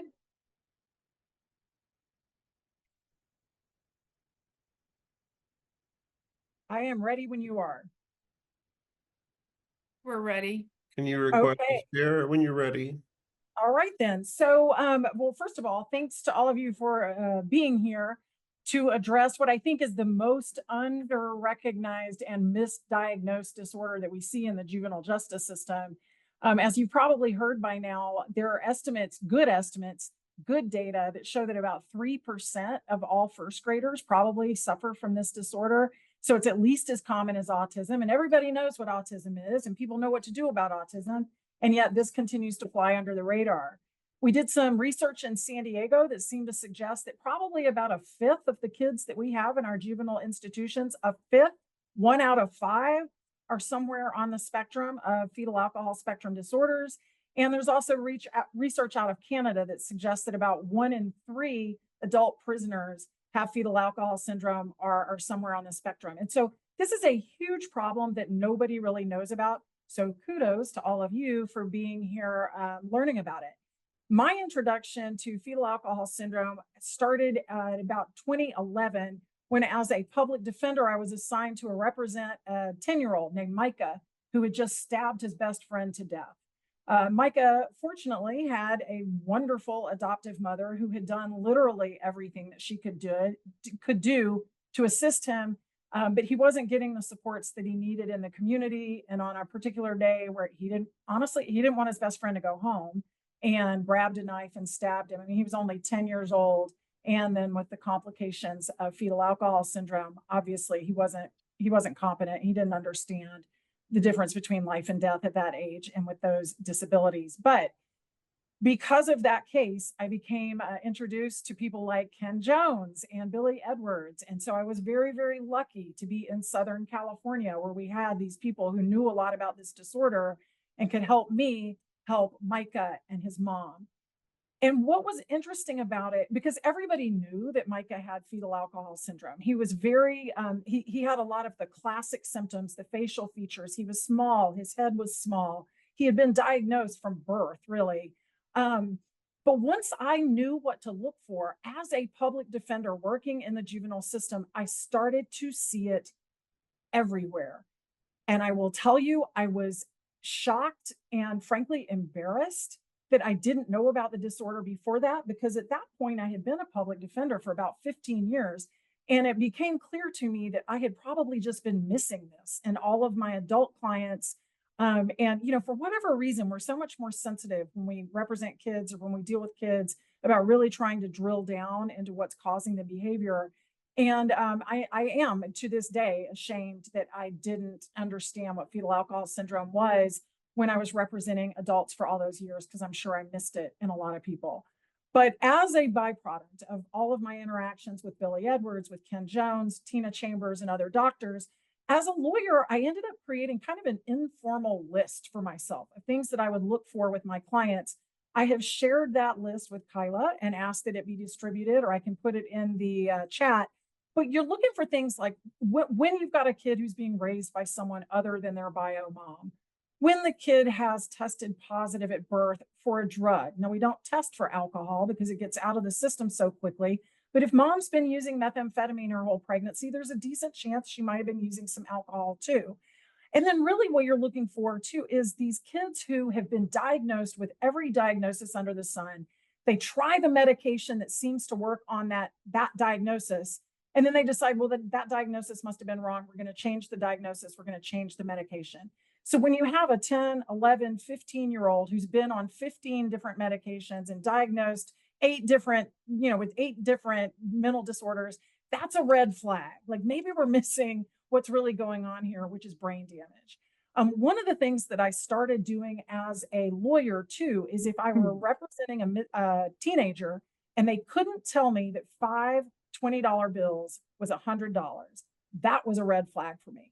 Because as you've probably heard already today, one of the things that's interesting about fetal alcohol spectrum disorders is that they're very Swiss cheesy in the way that they create problems for the person who has it. So you could have someone who has a very high IQ, they could write beautiful poetry, they could love theater, but they won't be able to tell time, or they won't be able to count. And so trying to come up with some sort of shorthand, let me see how your math ability is, that's going to be a red flag for you. So I started seeing this in tons of my clients in juvenile. I worked with Ken Jones and others locally to get this pilot program going. This is where we realized that we thought about 20% of the kids in our institutions had been exposed to alcohol in utero, at least. Then I was appointed to the bench. As a judge, one of my first assignments was in a child welfare dependency situation, and where this would typically come up. I mean, it's one thing to be sensitized to this and to look for it when you have an infant.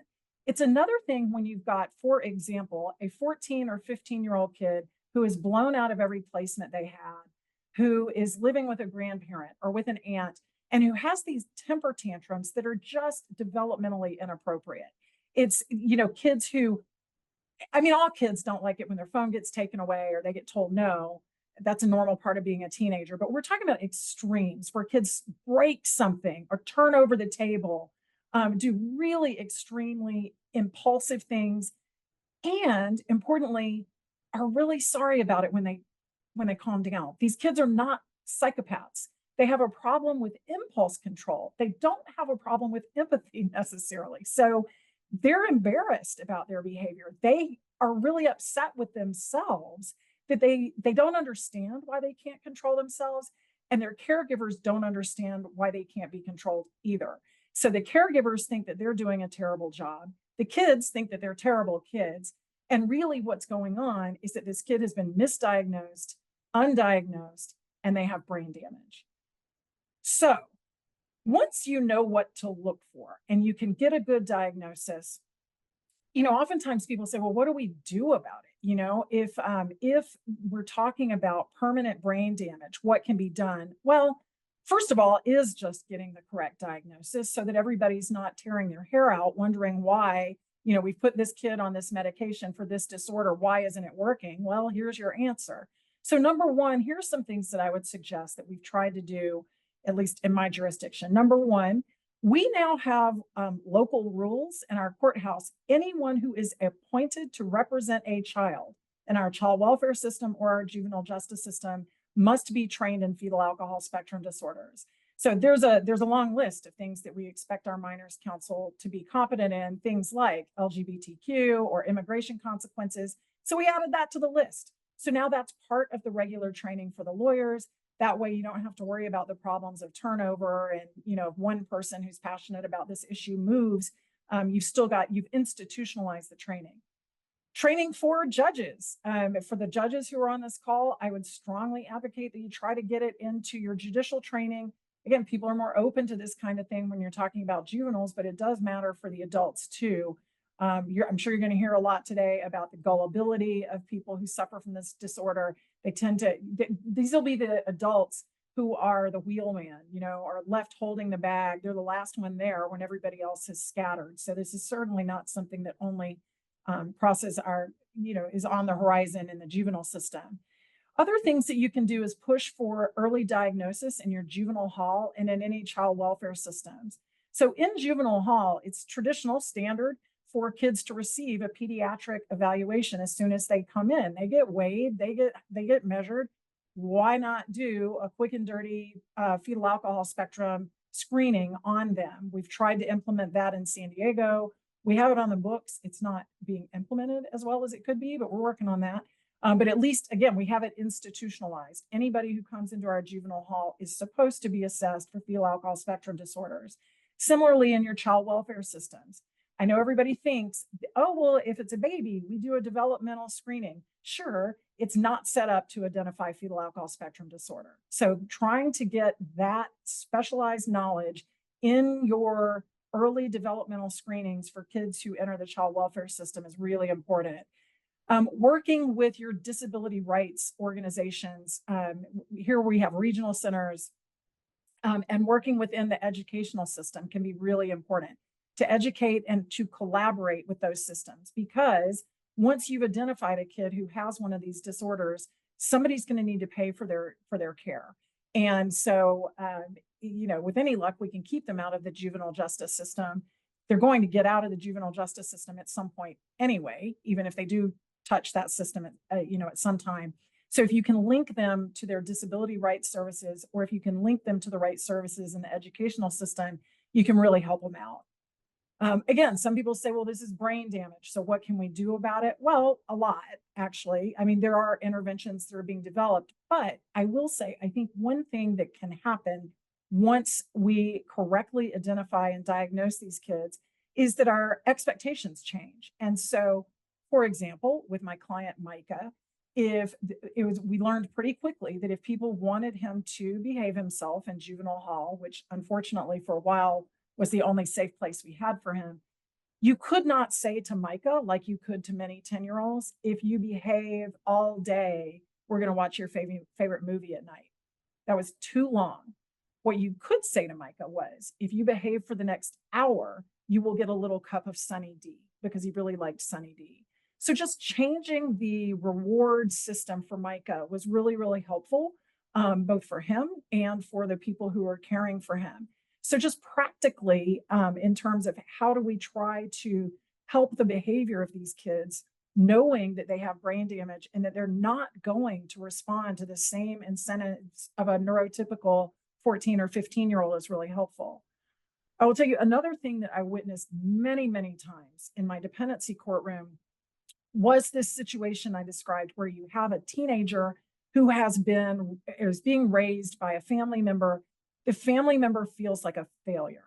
The family member feels like they must be terrible at this, because if they were just a better aunt or a better grandfather, then their grandchild or niece would be doing better. And when you get the right diagnosis to these families, you feel the relief. You just see everybody relax, and the kid gets to know you are not a bad kid. You have this damage to your brain that makes it harder for you than for other people. And it lets the caregiver off the hook. These wonderful caregivers who are doing everything they can for these children, to be able to say to them, it's not you, it's not your fault, can breathe new life into these relationships.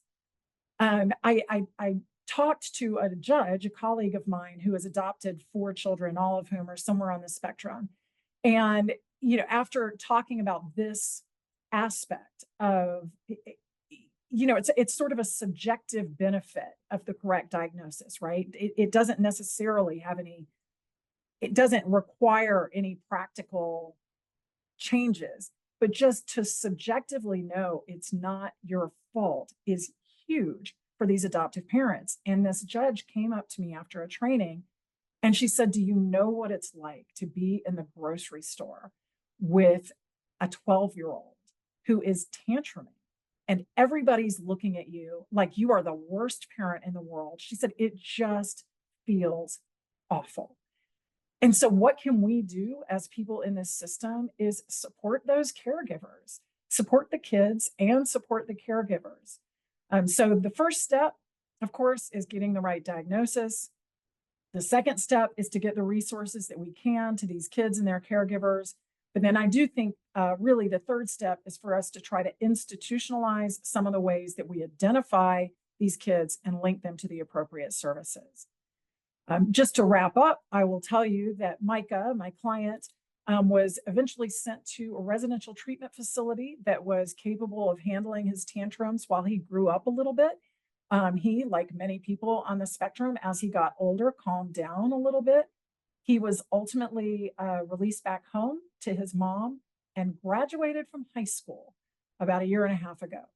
So there are success stories that can come from this. Despite the severity of Micah's disorder, he is a high school graduate. And so there are happy endings that we can all work toward.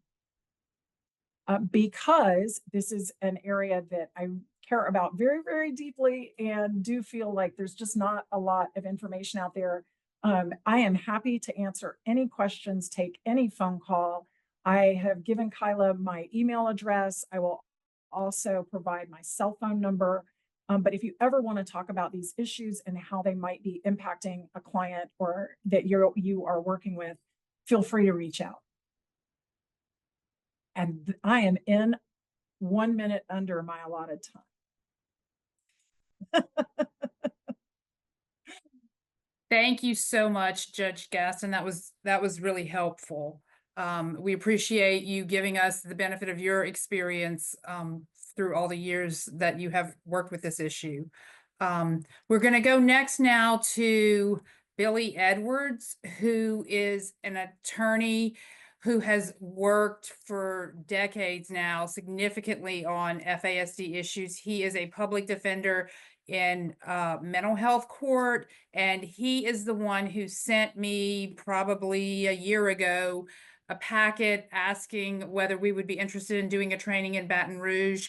And he has worked tirelessly to make this training happen. And I'm very sorry for him. He didn't get to come and have some good Louisiana food. He has to do it from California via Zoom, but very happy to have Billy Edwards with us here to share his experiences.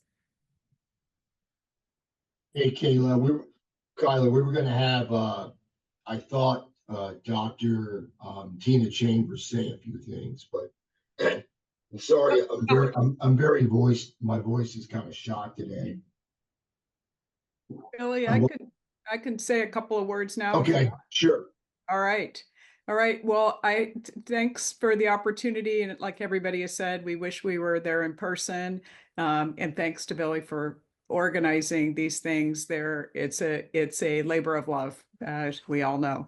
So I just wanted to say a couple of things to reiterate much of what has been said earlier about the idea of stigma and how important it is to, as carefully as possible, assess or approach the assessment of alcohol exposure in pregnancy. And as you heard from Ken Jones and Larry Bird, oftentimes the information is difficult to find. And yet, from the standpoint of the vast majority of cases of FASD, they fall into that alcohol-related neurodevelopmental disorder part of the spectrum, which does require documentation or some evidence of prenatal alcohol exposure.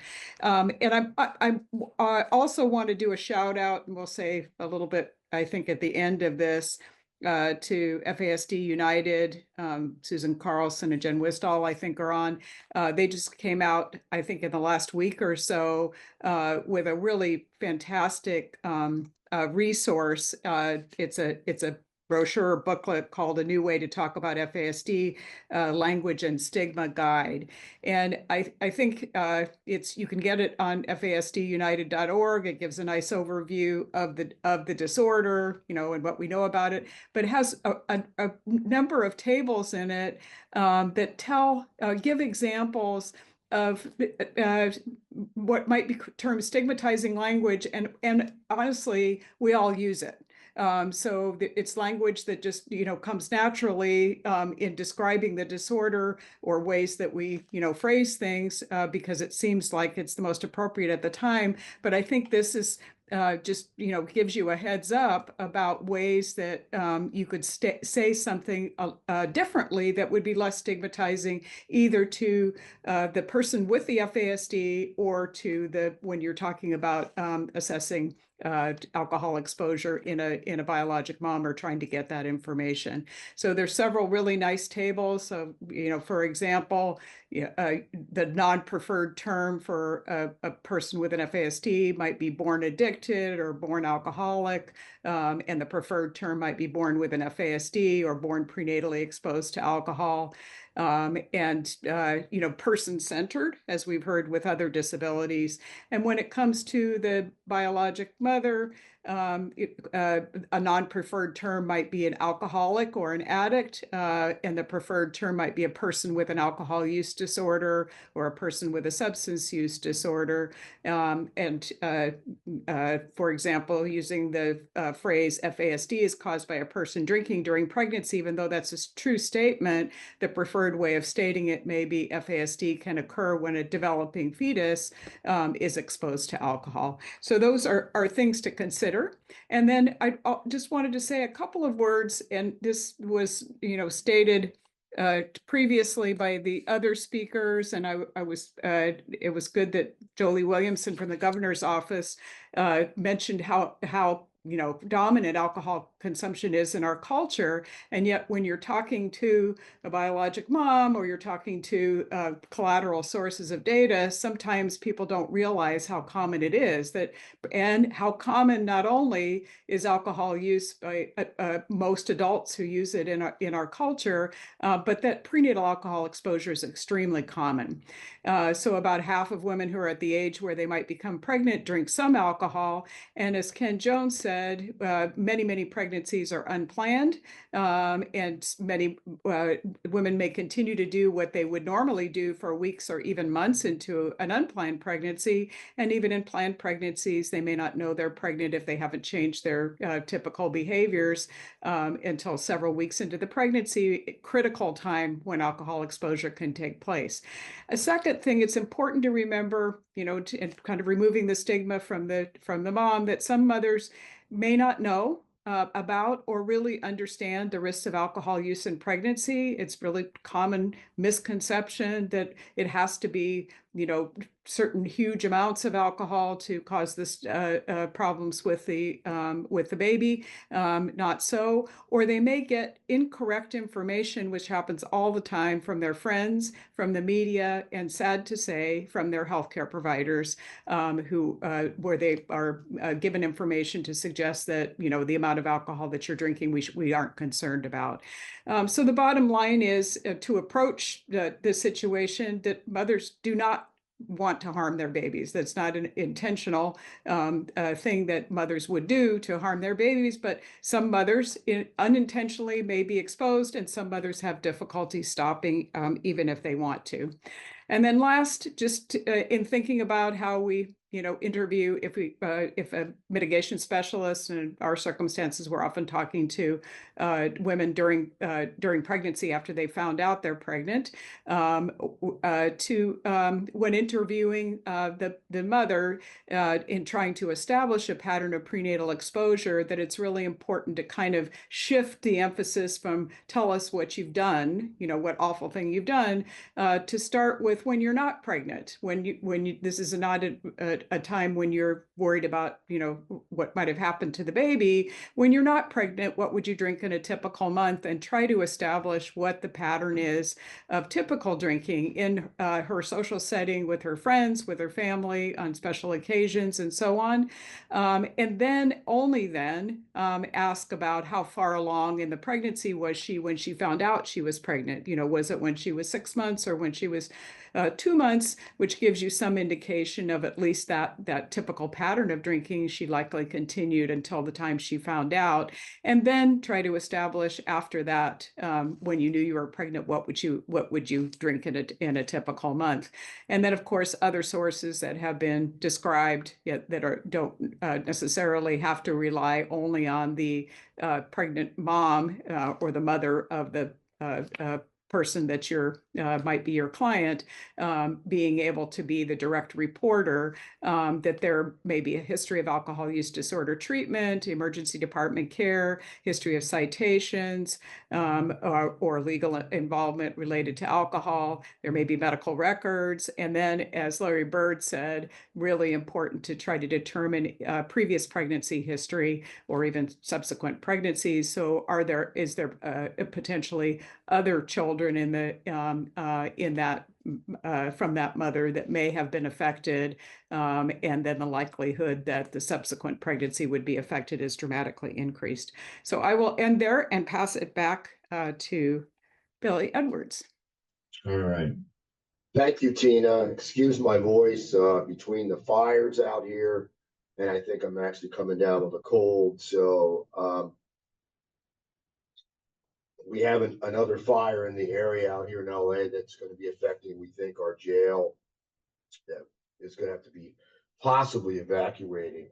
But I know if we were all there in person, we would be knee deep already in gumbo, jambalaya, king cakes. And I've actually shipped in some fried chicken from Willie Mae's Scotch House in New Orleans, one of my favorite, which will be arriving on Friday. And I'm going to be enjoying that with some andouille sausage with some local friends here. What I want to talk to you about today is what I think is the most important part in order to get a diagnosis, we need to look at the maternal alcohol history piece. And in order to do that, we have to be able to be aware of the stigma, aware of the issues of how to get that information if the actual maternal mother is not, the birth mother is not around. How do we get that information through either documentations or investigation? Everything that I know about personal consequences of FASD, I've learned from clients. I've learned from observing, listening, asking questions, and watching them struggle over the past 27 years. But I've learned the most by actual advocating for these clients when the system itself has failed them. Whether it's the juvenile justice system, the school system, and many of these clients face lack of services because they were never diagnosed, they were misdiagnosed. And what we've learned over the years is getting them diagnosed and getting them services, the earlier we do, the easier it will be for us to keep them out of both the juvenile justice system and the adult system. What I've struggled the most with is the criticism and the confusion and the lack of public awareness around this misunderstood and often unrecognized disability. Next slide, please. In the United States, England, and Canada, about 20 to 32% of pregnant women drink during pregnancy. In Europe, it's even higher. And this is very important for us to keep in mind when we have a client who's been adopted and it comes from a different country. Next slide.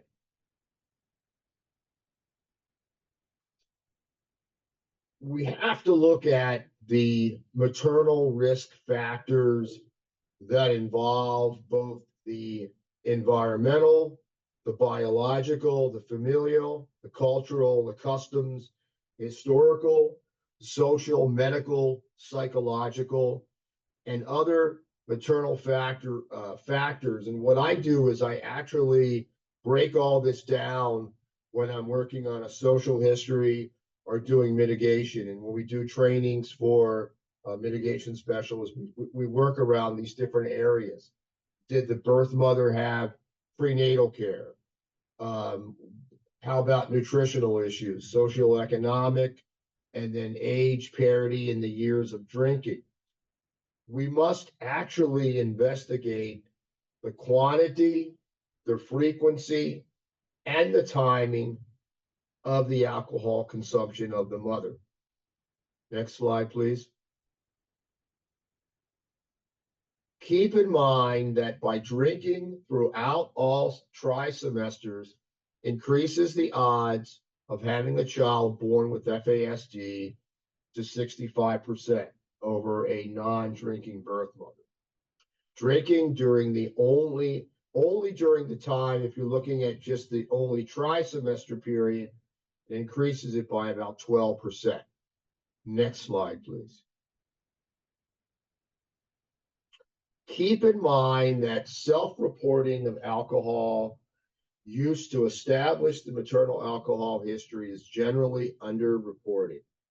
Pregnancy status might also have been underreported because most women do not recognize that they are pregnant until at least 4 weeks. And this is important to keep in mind when you're interviewing the mom, because a lot of these birth mothers did not know that they were pregnant at the time that they may have been drinking. Next slide. Documentation and confirming or confirmation of prenatal alcohol exposure can be extremely challenging for many reasons. Studies show that between 30 to 96% of pregnant women with criminal legal involvement use controlled substances or use substances on the streets. Often, many of these clients that I have will use street drugs because they cannot get their medications that they need for their mental illness. It's stigmatizing. Stigma isolates people and discourages the birth mother from coming forward for treatment. Intervention services and full disclosure of maternal alcohol history then becomes complicated. It's complicated even more if the mother is still using, especially at a high rate. Next slide, please. Alcohol use might not be obtained from the mother itself. If the mother is not available, we will be obtaining it from other reliable informants. Often little or no maternal alcohol history is available if the client was adopted from the United States, from outside of the United States, or from a foreign country. And this is something fairly new over the last several years. If you would have asked me this 27 years ago, I would have said probably not relevant, but now it is. We have to keep in mind when we're documenting the maternal alcohol history that we must keep in mind that we must now look at the male's influence of substance use before, during, and after the pregnancy. The partner. Many men do not consider how their substance use impacts a partner before pregnancy. Next slide, please. This is part of an article that was one of Dr. Ann Stride's last article that I was very honored to be on. And what the article looked at was beyond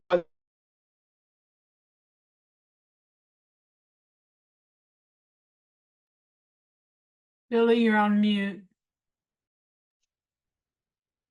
Beyond stigma, birth mothers may wish to conceal prenatal alcohol exposure because they fear that revealing such information could result in potential loss of parental rights for siblings who have not reached adulthood. If the legal professionals who conduct the interviews are insensitive to these issues, minimization and denial of prenatal alcohol exposure may result in erroneous conclusions, which will make FASD diagnoses difficult, if not impossible. And this is very important. If we have a client who's a juvenile and we have a, sorry, if we have a client who's a juvenile and there's siblings in the home that could be taken away, we have to keep in mind this when questioning. Next slide, please. Keep in mind that stigma falls into three arenas or areas. Blame directly towards the mother. Second, stigma towards the child and family. And finally, stigma that's linked to negative stereotypes about the life that's destined for this youth. Perceptions that we have in the United States that the child's going to fail in school, they're going to encounter trouble with the law. We also must look at the length of addiction of the birth mother and her age as indicators for exposure of these children. Next slide, please. Next slide. Confirmed prenatal alcohol exposure, we can get that from clinical observations or maternal self-report of alcohol use itself with mom. Next slide, please. Reports from a reliable informant who have observed the biological mother drinking during pregnancy are very important. And other social, legal, or medical problems, especially things such as liver disease of mom. Was she ever arrested for a DUI? Was she ever a prostitute? Relating during the index pregnancy period are very relevant, also very relevant to future offspring as well. Next slide. We often will have what's called unknown prenatal alcohol exposure if the client was adopted, the birth mother is an alcoholic, but confirmed evidence of exposure during pregnancy, and there's conflicting reports. For example, conflicting reports may be that there's documentation in one of my cases where the mom told the school that she was an alcoholic, that she drank during pregnancy, and then when we went to interview her, she said, no, I never made those statements. And we could not get any more additional information from her. And we had to actually get information from the birth father. And we'll talk about that in a few slides. Next. Next. All right, so risk factors for us to look at for maternal alcohol use. Previous child with FAS. Very important. I have a case right now where the client's sister and brother were diagnosed with partial fetal alcohol syndrome, which then gave me evidence to then ask for doctors and experts to then be able to get the information that I needed to then go down the road to get the neuropsychological testing. Maternal substance use. This is very important. Alcohol use prior to pregnancy. Single woman, smoking, history of physical or sexual abuse, mental illness, very, very, very important. And the partner's alcohol use. I can't highlight that more than I have over the last several years. Now it's so relevant that if we can find the birth father, we interview him or interview witnesses who can interview the birth father, put that all together in the maternal alcohol history. Next slide, please. Keep in mind that the mother may have been involved with other toxic substances such as glue sniffing, drugs, and may not actually have considered alcohol her number one drug of choice. I have a client right now, and this is why I added this in here. She thought that it was okay to drink a few wine coolers, even though she was pregnant, because she watered them down with sparkling water. And no, that's not going to work at all. Next slide. There's not going to be, or the mother, this is very important. The mother may not realize that there is no safe time to drink during pregnancy. From the time of conception, before they found out that they were pregnant, until birth. For example, they may also say no because they quit as soon as they found out that they were pregnant. One of the most important things for us to think about is how the damage is done to the various parts of the baby's body, mostly the brain. The corpus callosum is the most sensitive part of the brain that is damaged by the mother's alcohol use. This is why it is so important to have good neuropsychological testing done and possibly imaging in the future, depending on what kind of case that you have, etc. Next slide. When there are signs that the mother drank, we must start to investigate, and this investigation must reach back 3 generations. Council will have to look at the history of drinking by the mother and the grandmother. We must review all family medical conditions and vulnerability to both cultural, environmental, nutritional, psychological issues, including poverty. The need for increased awareness of prenatal alcohol exposure and FASD in the legal community was endorsed back in 2012, as you heard Judge Susan Carlson mention it. We were all in New Orleans at a training. We were all at several meetings to push this ABA resolution. And what I'm hoping is that we can try to get the Louisiana Criminal Defense Lawyers Association to come out with their own resolution on FASD, and also somehow push the state bar of Louisiana to come out with their own resolution on why FASD must be considered, all the way from judges in foster care to judges sitting on the bench who handle death penalty cases. Next slide, please. When looking at the maternal alcohol interview, we have to start by framing certain questions.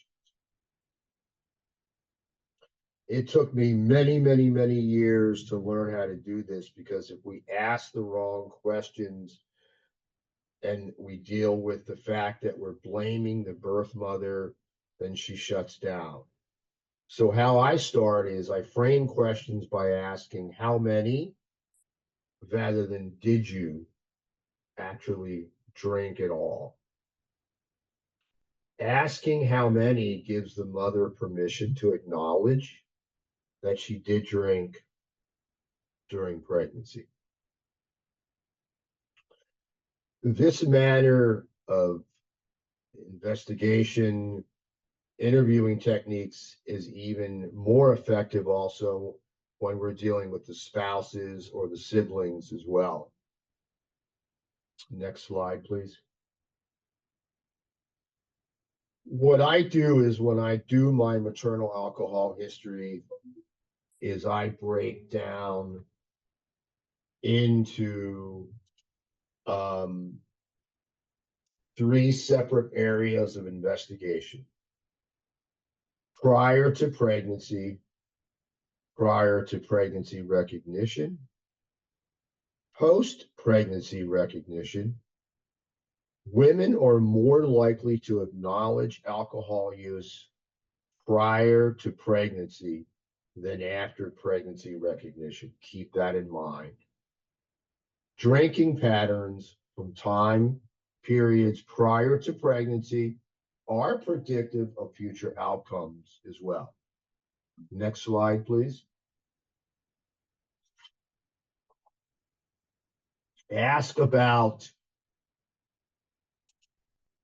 both typical and maximum consumption. Before you knew you were pregnant, what was the most number of drinks you drank on one occasion? For example, you went to a wedding. Would you have some champagne? If so, how often would you drink the champagne? If you were not at a wedding, would you and your husband or partner drink champagne? If so, how much? Would you drink a whole bottle between 2 of you? Ask what type of alcoholic beverages do you prefer? This allows the birth mother to kind of estimate use. And this is very important. Do they drink tequila? Do they drink beer? Do they drink bourbon? Ask the size of the drinking container, keeping in mind that malt liquors have a higher concentration of alcohol. I remember one of my first interviews that I did working on a case in Texas, and a woman was sitting in this chair, and she basically said that she drinks her bourbon out of her 7-Eleven Slurpee cup. And I thought that she meant she poured water in there. And she said, nope, I fill her up halfway and I just start sipping. And she sips until she blacks out. So unfortunately for me, I had gotten there a little late. She said I could get there about 7 o'clock. Well, she started drinking about 5 a.m. and I got there a little late, and she was already halfway through that cup of bourbon. And she didn't last very long. And unfortunately, she blacked out. Thank heaven we had some family members there. But I got a really good idea of what I was getting myself into with that case. And yes, we were able to get the maternal alcohol history piece that we needed, and not directly from her, but from her sister. Next slide, please. I always ask this question: in the past 30 days before you found out you were pregnant, how many drinks did you have? Next slide.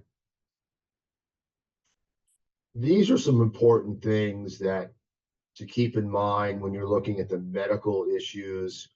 Does the birth mother have diabetes? Maternal diabetes can be argued to greatly increase the risk of fetal alcohol exposure. And was the mother zinc deficient during pregnancy also? And this kind of ties into the prenatal treatment and services that they did get, but you want to keep in mind. Also, you want to look at the psychiatric history. In one of my cases, the mother was in complete denial of drinking any alcohol, but after about 6 months of doing extensive research and documentation and getting records, we were able to find some records on mom when she was hospitalized in New York. And she was psychiatrically hospitalized because of bipolar, but also because of her alcohol use. And we had lots of documentation there to show that she definitely was an alcoholic, and this played into what we needed to do in terms of getting the maternal alcohol history. By looking at this, we also must look at, does the mother suffer from any mental illness? Is there a history of mental illness in the family? The mother may have a mental illness and cannot afford to prescribe medications and may self-medicate with alcohol. Next slide, please. I'm going to talk briefly about declarations. The first one's going to be a declaration that we did use of mom, and then what happens if we can't find the birth mother? What do we do next? So next slide, please. So this was my client, Robert, and the mother's name was Vera, and she was 15 years of age when she became pregnant. When she was 13 years old, she started drinking alcoholic beverages. That included mixing whiskey with ale. She would also drink beer by itself. Next slide. She never had any prenatal alcohol care till about 6 months into the pregnancy. She did not know that she was pregnant with little Robert until about 4 months along. During the first 4 months of pregnancy, she would drink every day up to 4 times a week. She would drink mainly whiskey and mix it with beer. I would consume sometimes 2 pints of whiskey every time I drank. I would drink until I became intoxicated. I would consume up to 4 drinks every time I drank alcohol. I would also smoke cigarettes. I would consume alcoholic beverages up to 16 days per month during the first 4 months of pregnancy. So what I do with these is I break it down. How many days out of the week did they drink? How many months out of the year did they drink? If you can go that level. Once the birth mother found out she was pregnant, she continued to drink for the remaining term of her pregnancy. All right, next slide. What happens when the birth mother won't talk? So in this case, the birth mother was in denial of ever drinking a drop of alcoholic beverages, even though we had witnesses that said she drank. She had a DUI, and she also had been arrested for public intoxication. And what was very interesting was, in this case, the mother was arrested for public intoxication when she went to pick up her child, my client, at school. So at that point, the child was taken away, put into custody. We had lots of records. So mom was still in denial, and we thought, okay, if we can get the birth father to talk, let's do that. So the birth father was interviewed, and we went to a prison to see him where he was serving some time. And he was an excellent historian. He had been sober for 20 years. So he knew exactly what was going on, and he knew exactly what we were trying to do, and he wanted nothing better than to help his child. So in this case, the birth father had observed the birth mother consume 3 to 4 8-ounce glasses of alcoholic beverages. He had seen the birth mother drink as little as 1 glass, but also seen her drink as much as 4 glasses per day, and considered her to be a binge drinker. During the birth mother's pregnancy, which was a surprise, her consumption of alcohol and other drugs remained the same. Next slide. They used to drink a lot of beer and whiskey, but they focused mainly on whiskey, the father told me. Their consumption was estimated to be 6-ounce glasses a day on the low side to as much as 3 pints a day.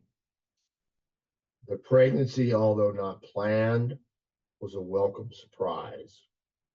Prior, during, and after her pregnancy, the birth mother's drinking remained the same. So in this case, we were able to document the maternal alcohol history. We got Paul Connor from Seattle, one of the leading neuropsychs in the country. We got Kenneth Jones on the case. We also used Dr. Stephen Greenspan. We used Dr. Richard Adler. We had every doctor that we possibly could get our hands on.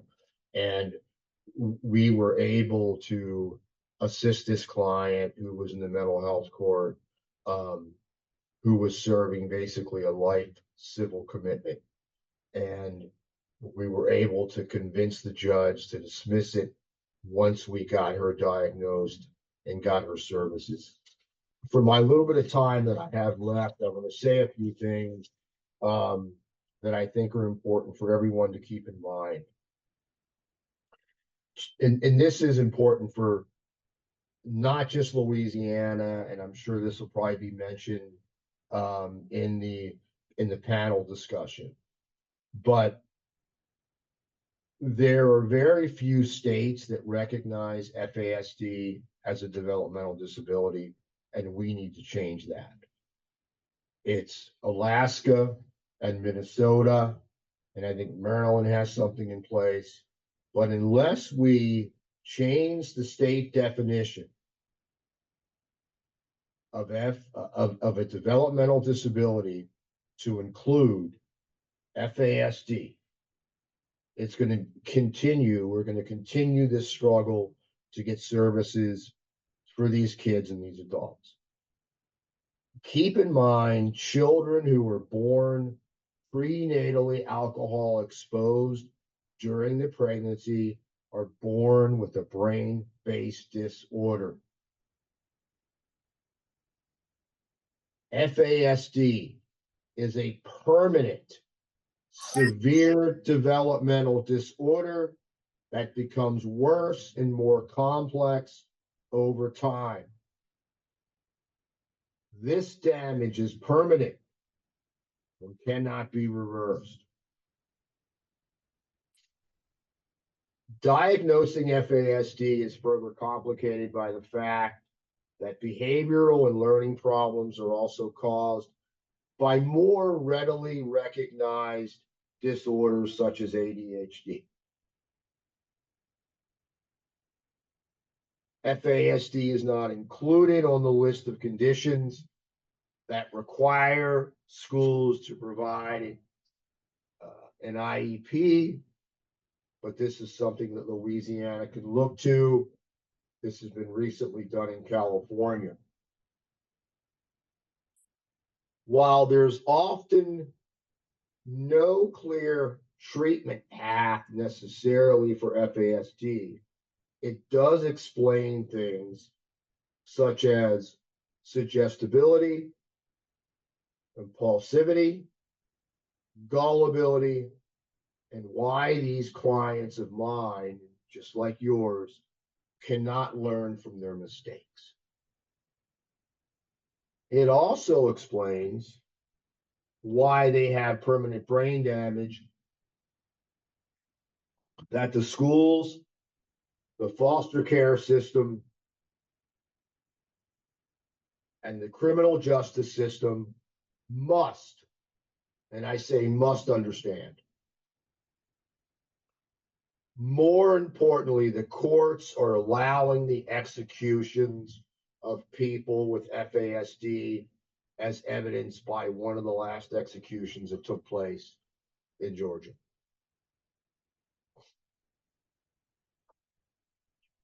One of the few problems is that we are faced is that we have such few clinics and trained experts to diagnose FASD in the United States.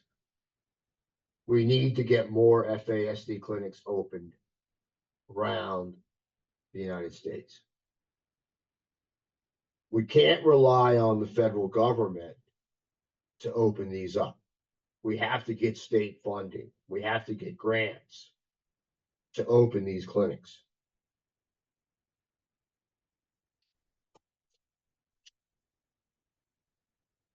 The second problem that I see, which is one of the major problems, is that even if we get a diagnosis, getting the services for these people is so difficult quite often because their IQ is so misleading.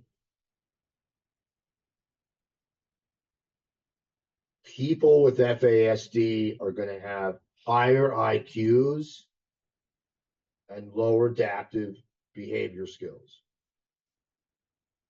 One thing that's very clear through almost 50 years of research is that FASD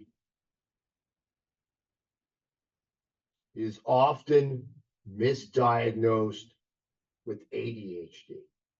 And what you have to keep in mind, there's a really, really bad case out of the Ninth Circuit. And this is the Floyd versus Baker case. FASD United was involved in this case. A lot of the experts talking today, we were all ghostwriters.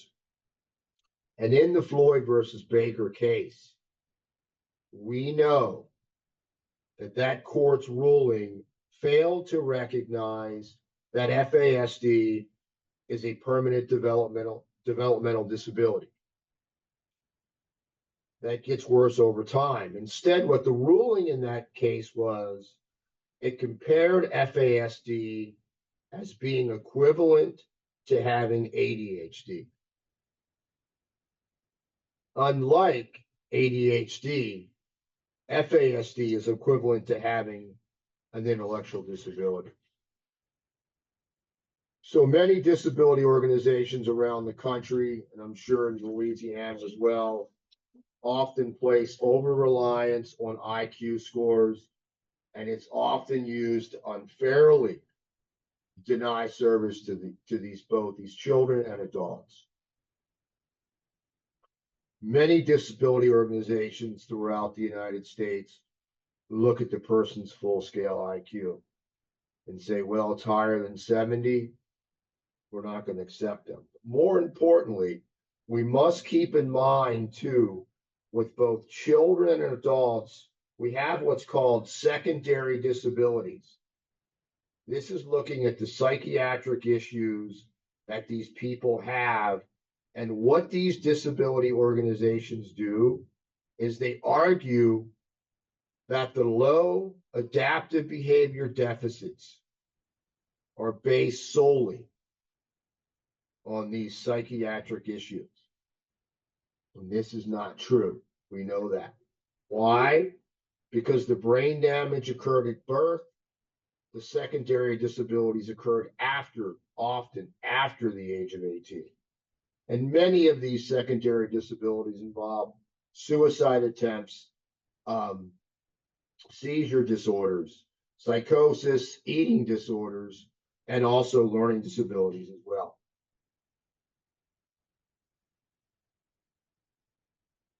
What I have found over the last 27 years is a lot of these disability organizations, they like to cherry pick the accomplishments that people with FASD can do.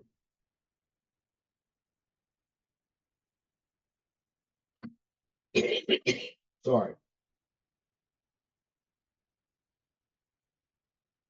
Such as they're talented at art or drawing.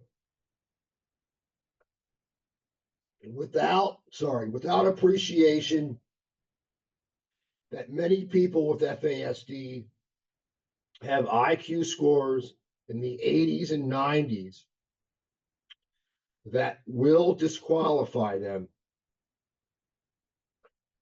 we must look at each person differently. And within the FASD spectrum, for each child and each adult is truly unique. Thank you.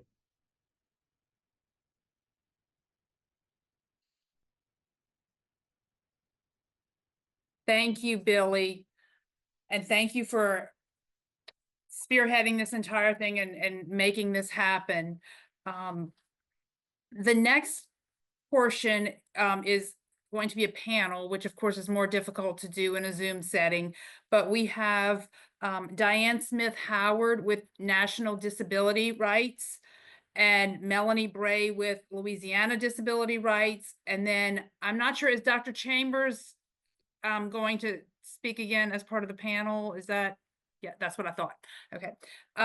And so we will, I think the plan is to start with Diane Smith Howard, who will talk about what is going on. The purpose of this panel is sort of to say, well, now we have this information, but what do we do about it? If, let's say, we have a client who we suspect has FASD, or we can get a diagnosis of FASD, what services are available? What can we do for that person besides just using it as mitigation? Obviously, it is incredibly important mitigation, whether you have a capital case or a non-capital case, but from a practical perspective in terms of how can we help people to live better, what can we do? And so that's why we have people from disability rights organizations to help kind of walk us through that. So we'll start with Diane Smith Howard. Sure. Hi, and I'm honored to follow Billy, who I have trained with for many years and have great respect for. He's really the one who's brought us all to the table on this issue for many times over the years.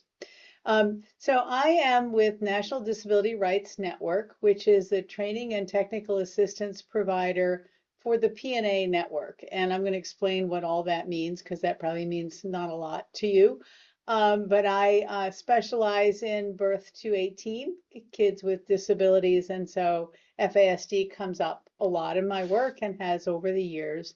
In addition, I have a family member who has it as well. So it's an important issue for me. So I'm going to talk about the national perspective, and then I'm going to hand the mic over to Melanie Bray, who's going to talk about resources available in Louisiana. So back in the 70s, starting in the early 70s and then ending in 1975, there was an increased concern about abuse and neglect of people with disabilities in institutions. And this was in part spurred on by an expose that Geraldo de Rivera did of the Willowbrook conditions, or the conditions at the Willowbrook facility.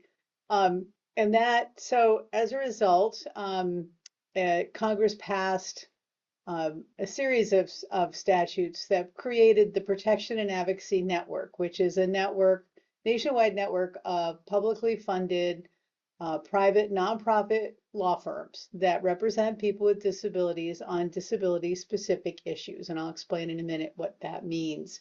Over time, the focus on abuse and neglect of people in facilities expanded because people were leaving facilities and having legal needs in the community and in a variety of different ways. So the P&A network now covers birth to death and a huge variety of legal issues. There are now 57 protection and advocacy agencies. And the first thing people say to me is, but there's only 50 states, Diane. Well, yes, there's one P&A in each state. There is also a protection and advocacy agency in each of the territories. And there's a special one that addresses the Four Corners region and the tribes in that area. So Colorado, Utah, Arizona, and New Mexico, specific to Indian country. So this network of protection advocacy agencies provide a wide variety of legal services for free to people with disabilities in a wide variety of areas and represent thousands of people per year. And the way to find out where the protection and advocacy agency in your state is to go to ndrn.org, and there's a dialog box. Click on to say, find the P&A in my state. It will give you the contact information for the protection and advocacy agency there. So key hallmarks are that P&A agencies are free. They provide individual and systemic advocacy, both legal and non-legal, for people with disabilities in a wide array of topic areas. And they also provide state and local policy advocacy as well. It is important to note that each P&A office, or they're called programs or systems, is an independent nonprofit, and by law, its priorities, meaning which cases it accepts, are set by through a process involving members of the community, because each state and territory has different legal needs. So a P&A in one state may handle a particular type of issue, and then in another state they may not, depending on what their community tells them is needed. So that comes up sometimes. I'll hear, well, P&As in my state will represent people in prisons and jails, and P&As in other states will not, and that depends on how they set their priorities. And so the first thing to do, if you're not sure whether the issue that you're seeking help for is covered by the P&A, is to go to their intake process. And I'll explain how to do that in a second. But during the intake process, there is a wide range of types of service provided, everything from intake and referral information on the phone for cases that they don't handle, all the way through to representation potentially in the U.S. Supreme Court, depending on the issue and the complexity.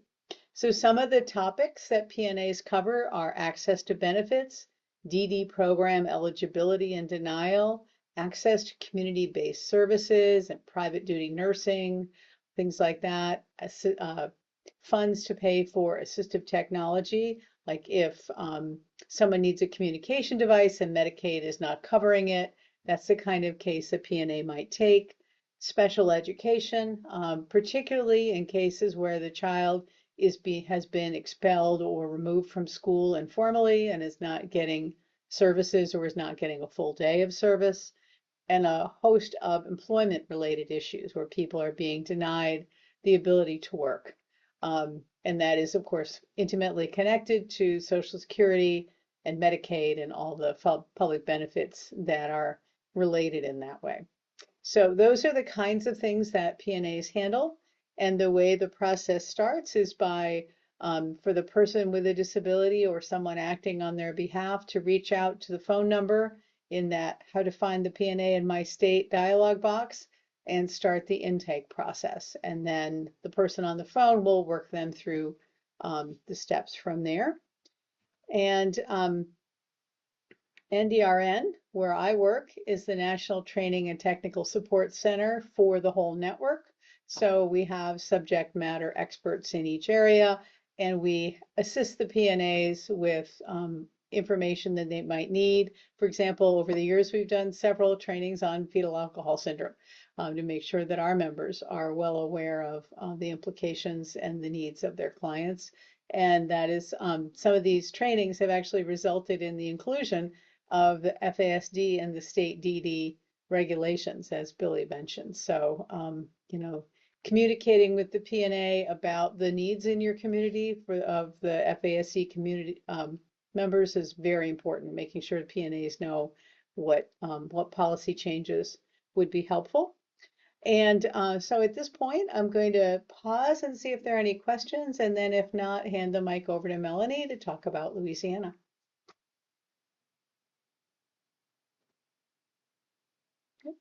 Over to you, Melanie. Great. Thanks so much, Diane. So let me get this up. All right. Can everybody see my screen? The presentation? Yes, yes. Okay, very good. My name is Melanie Bray. I'm currently the Director of Legal Programs and Advocacy at Disability Rights Louisiana. We are the protection and advocacy for Louisiana. We have, in fact, been the PNA for Louisiana since PNAs were created in the 70s. So we have always had the designation as the PNA. So our mission is very similar to general PNA mission. We protect and advocate for the human and legal rights of all children, adults, and seniors with disabilities. Our work aims to empower the disability community to live an integrated life free from abuse, neglect, and exploitation. DRLA's history, for some of you may not know us as Disability Rights Louisiana. We only changed our name in February of 2020. Before that, we were the Advocacy Center of Louisiana. But we have had the designation as the PNA, like I said, since the 70s. We've gone through a number of name changes. So if you're more familiar with something, a name other than Disability Rights Louisiana, you might still be familiar with us as the agency. So DRLA's core services, we do a lot of information and referrals, a lot. We get a lot of calls for assistance. Unfortunately, we can't help everyone that contacts us, but we endeavor to provide at least information and education so that people can better advocate for themselves, even when we can't provide direct assistance.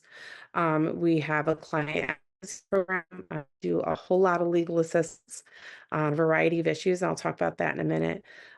We do a lot of systems advocacy. So we are unique to a lot of other organizations throughout the state of Louisiana in that not only can we do individual representation, but we can also take on those class actions. We can file cases against the state when there are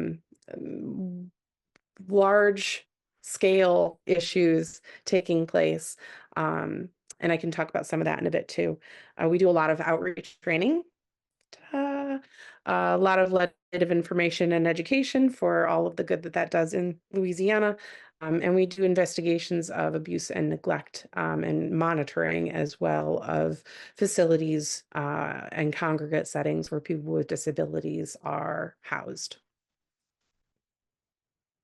So we serve all Louisiana residents with disabilities. Income is not a factor for receipt of our services, although because of the very large demand for our assistance, if we have callers who contact us that do have financial means to pay for a private counsel, and the issue is something that private counsel could handle. For example, if it were a personal injury matter, we will refer over to private counsel just so that we can try and maintain our services for individuals who don't have the means. Disabilities includes physical, mental health, behavioral, intellectual, and traumatic brain injury disabilities, and it's all ages. There's no cost, and I just included this slide. These slides will be provided to everyone as well, but this slide is just all the different ways that people can contact us for assistance. So I wanted to take a moment and just give everybody kind of a brief overview of the staff at DRLA. Now, we are a statewide agency. We cover the whole state, a variety of issues across the state, and this is the staff that does that. There are 7 lawyers in the legal department. We are all based in New Orleans, but we again represent clients everywhere. We have 1 paralegal. We have 3 intake specialists now that are our front lines for answering calls and helping to get the people who call to the appropriate departments for assistance. We have FAIR Advocates. FAIR is a program that is unique only to the Louisiana P&A, in that we assist individuals who are formerly incarcerated and returning back to the community to overcome barriers such as financial resources, housing, finding jobs, things of that nature. We have 2 SILAP advocates covering the New Orleans area and the Baton Rouge areas. SILAP is the Supported Independent Living Advocacy Program. We have 11 ombudsmen around the state. The ombudsmen assist individuals in group home settings. We have 7 investigative advocates who deal with representative payee issues.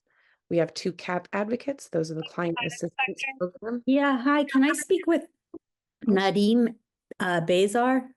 Oh, there you go. Oops.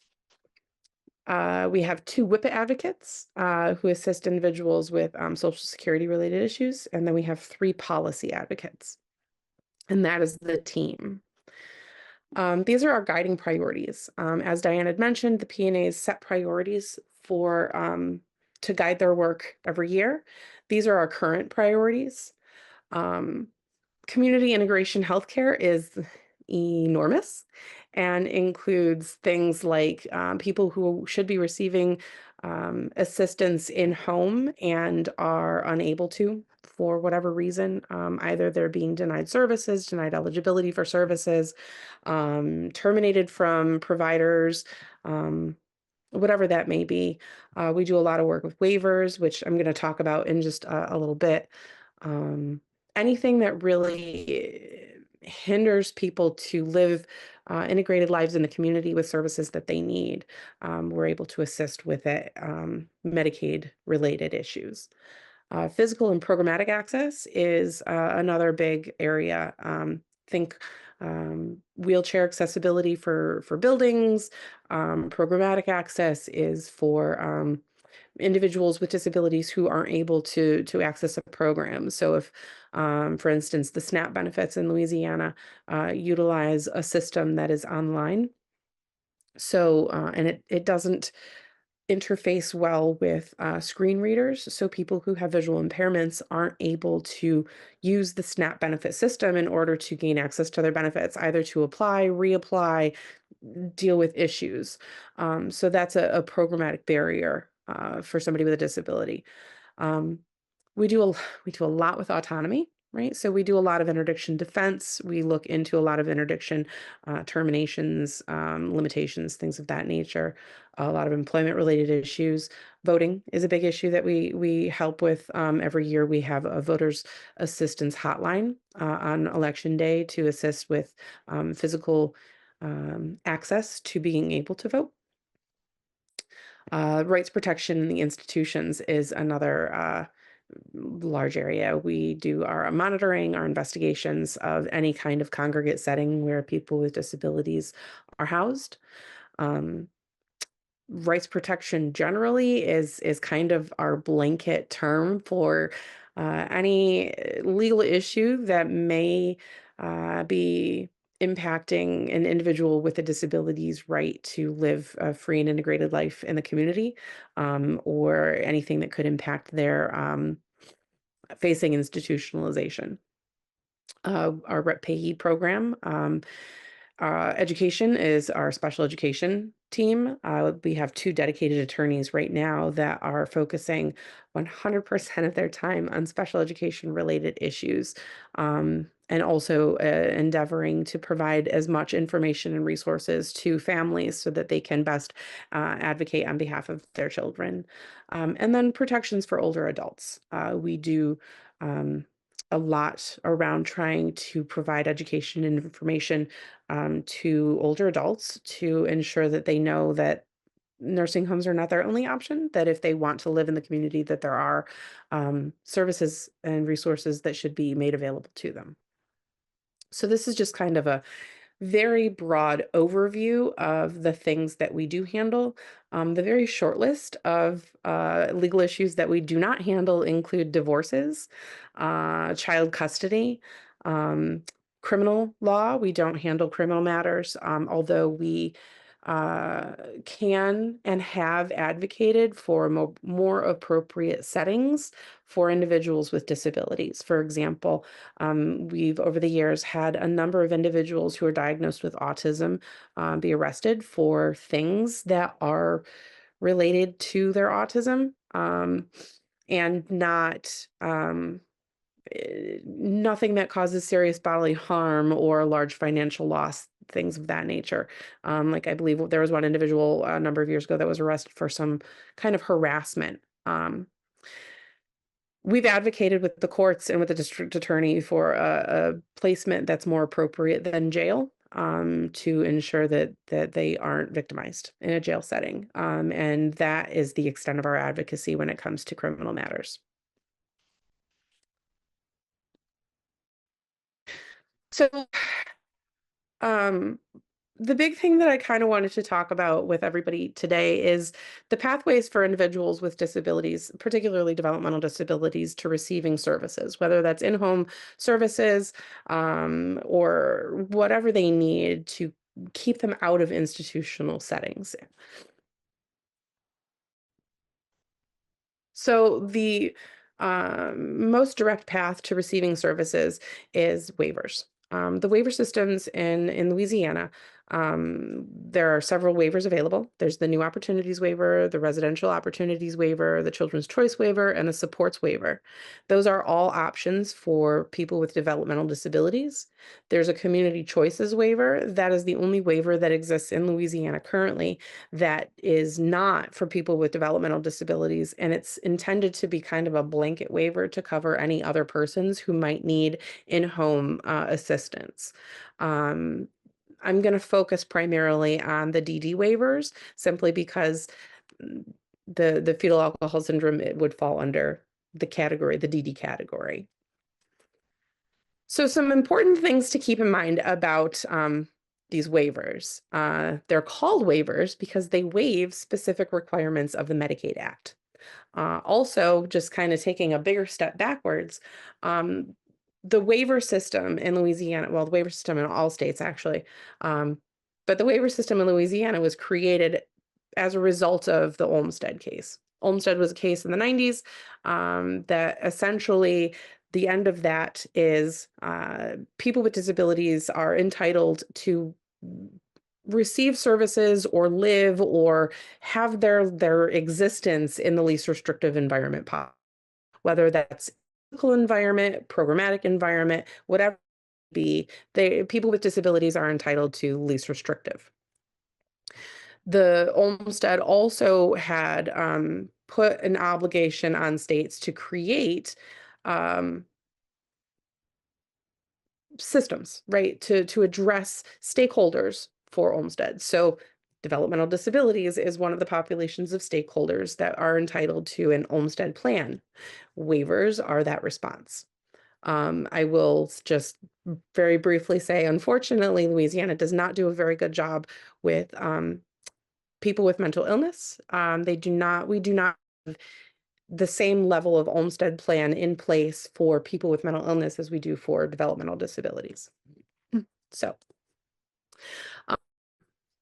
the state has to go through CMS to get approval for a waiver and changes to that waiver. So all of the waivers that currently exist within Louisiana have been kind of blessed, so to speak, by CMS. CMS is the Center for Medicare, Medicaid Services, and they are the end-all be-all decision makers in terms of how states are able to spend Medicaid dollars.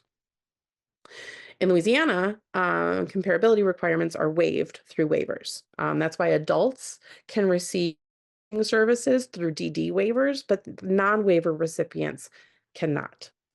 In Louisiana, income requirements are more relaxed for waivers. Many waiver recipients are eligible for Medicaid only through the waiver programs. They wouldn't be eligible for Medicaid if they weren't eligible also for waivers. There used to be for many years a wait list for DD waivers. That is no longer the case. Now determination for DD waiver placement is made through a SUN assessment. SUN is a sudden urgent need assessment. It measures the level of need, and basically the question that it seeks to answer is, how at risk of institutionalization is this individual? How much intervention is required in order for this individual not to be institutionalized? What measures will be necessary to ensure that this individual can remain in the community? And based upon a number of factors, including the individual's medical needs, mental health needs, level of substantial functional limitations, how much natural support do they have, a lot of those factors are all coming into play. And the determination is made as to whether or not they get a waiver now, or if they are eligible for a waiver, but maybe could wait until circumstances change. Those are all determinations that are made. For the community choices waiver, which remember is not a DD waiver, there is still a wait list. That wait list is lengthy. I believe the last I knew it was several thousand people on the wait list, although that may have changed. So then whoops, wrong button. The next thing that I wanted to talk about was eligibility for developmental disability services in Louisiana. So this is all through revised statute 28451. A developmental disability is an individual with a chronic severe disability attributable to an intellectual or physical impairment or a combination thereof, manifested before the person reaches the age of 22. Manifested means it existed. It doesn't have to be that there were symptoms and signs before 22. It just has to mean it existed before the age of 22. So there are some conditions that you are, that it's genetic. It just exists within your person, but you might not have symptoms of that until you get older. Still a developmental disability because it existed before 22. It's likely to continue indefinitely, so it's something that's permanent. And then results in substantial functional limitations in 3 or more of the following areas. When you're talking about children under the age of 22, economic self-sufficiency is not included on the list of considerations because there's a presumption that, children can't financially provide for themselves. So that isn't even one of the factors that's considered. The developmental disability can't be solely attributable to a mental illness, or I'm sorry, the symptoms and conditions that are being considered can't be solely attributable to a mental illness, which is often a complicating factor and often a battle that we have to have with the state when an individual has a dual diagnosis, because it is very difficult, if not impossible, to be able to separate out manifestations of different diagnoses to be able to say, well, this is because of a mental illness and this is because of a developmental disability. So we have a lot of battles with the state over that particular item. And it reflects a need for the person to receive coordinated care in order to live a integrated life in the community. So on this point, before I talk about the different types of waivers and the things that they provide, a lot of the fights that we also have with the state in terms of eligibility for waiver services are around, as I think Billy mentioned, IQ scores. You will notice in this list, IQ does not exist there, right? So there are a number of individuals who are diagnosed with autism, which in the waiver program manuals for the state of Louisiana, autism is one of a very short list of enumerated diagnoses that are automatically qualified for waiver. Just you have autism, you automatically are eligible to receive waiver. And then what they look at are your substantial functional limitations and your needs to determine whether or not you qualify to begin receiving services. So there's kind of two different analyses that are done. One is, do you even meet criteria to be eligible for having a developmental disability to qualify for the waiver? And then two, do your needs meet a level that waiver services are appropriate? We have advocated in the past on behalf of individuals who may have a higher IQ score, but have substantial functional limitations such that waiver services would be appropriate for them to remain in the community. One individual I represented, her IQ had ranged as high as 72, which is much higher than most definitions of a developmental disability. But her substantial functional limitations and the scope of her ability to care for herself and to really understand consequences of a lot of things necessitated waiver services. Fortunately, different agencies, including the Autism Network and the American Psychological Association have both weighed in on this idea of substantial functional limitations being more important in many instances than just a number on an IQ score. So that is always something that we, it's of course an individualized case-by-case basis, but it's always something that we endeavor to consider and advocate for when appropriate. So the waiver system in Louisiana, let's talk about what the options are. So first is the new opportunities waiver. The new opportunities waiver has no price cap, meaning there's the budgetary constraints don't exist for new opportunities waiver. It's considered the Cadillac of waiver services because you can get access to absolutely anything under the sun that you could possibly need. This is the in the tiered level of types of waivers. This is the absolute top tier, very, very last resort that the state will authorize a new opportunities waiver for an individual. They will frequently go through all other levels of waiver to ensure that the individual's needs can't be met with a lower tier before authorizing the new opportunities waiver. The allocation of what services an individual will receive is, of course, determined by a plan of care.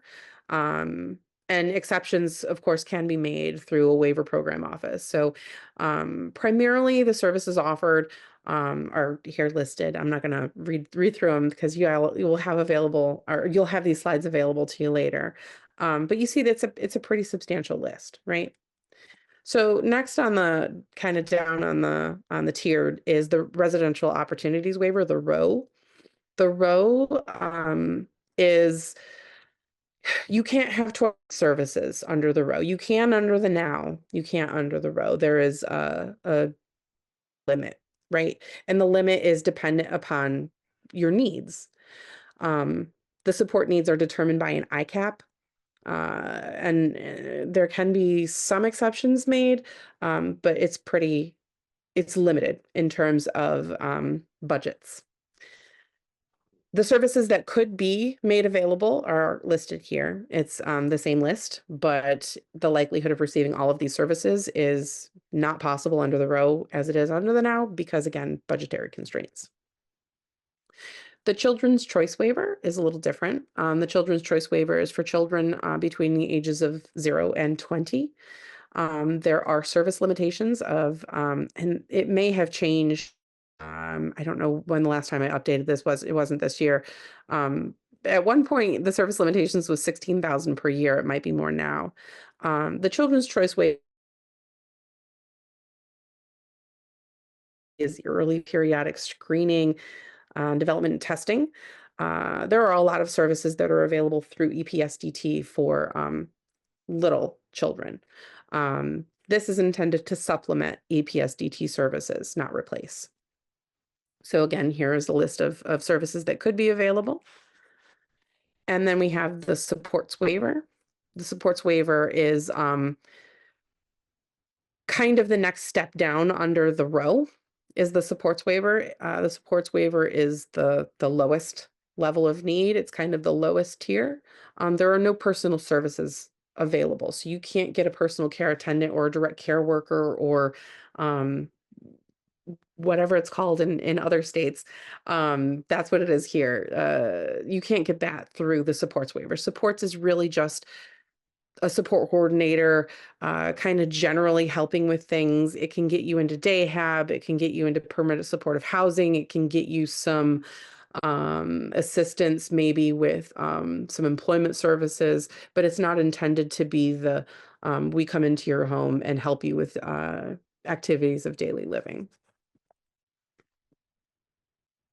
And then we have the community choices waiver, which again, not the DD waiver. I included it on here just to kind of round out the discussion about all of the waivers. This is intended for people who are elderly, people with physical, mental health disabilities, not people with developmental disabilities. The community choices waiver is extraordinarily limited. There is a cap of 55 hours a week of personal care services. It can be supplemented with some other programs in Louisiana, but certainly nowhere near the level of robust care that you can receive under the new opportunities waiver. So in order to receive waivers, the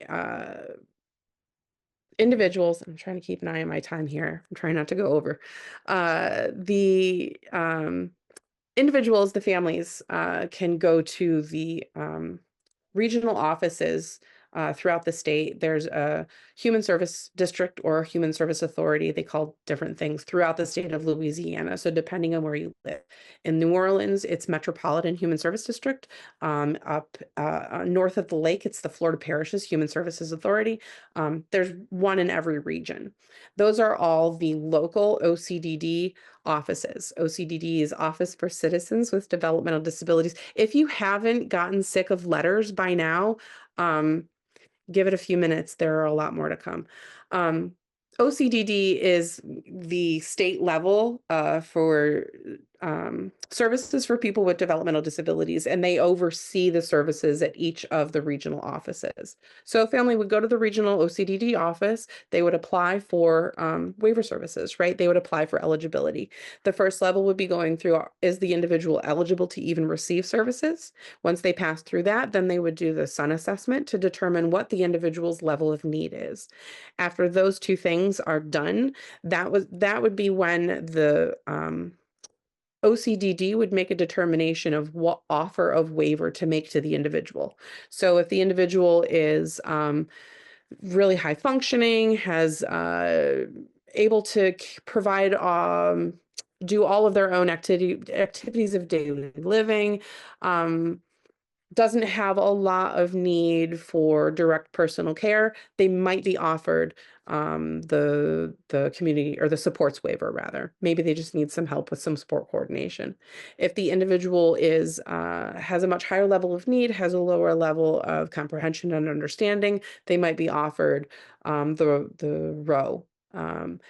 If all of the other levels, the tiers of waiver fail, and it's demonstrated that the individual needs a higher level of care, then they'll be offered the new opportunities waiver. So when individuals are denied different HCBS services, DRLA can, provided they meet criteria, step in and provide assistance. So we assist with terminations or denials of waivers. So if an individual applies for waiver eligibility and is told that they don't meet the criteria to be even eligible to receive a waiver, we will evaluate those circumstances and have provided a representation to those individuals.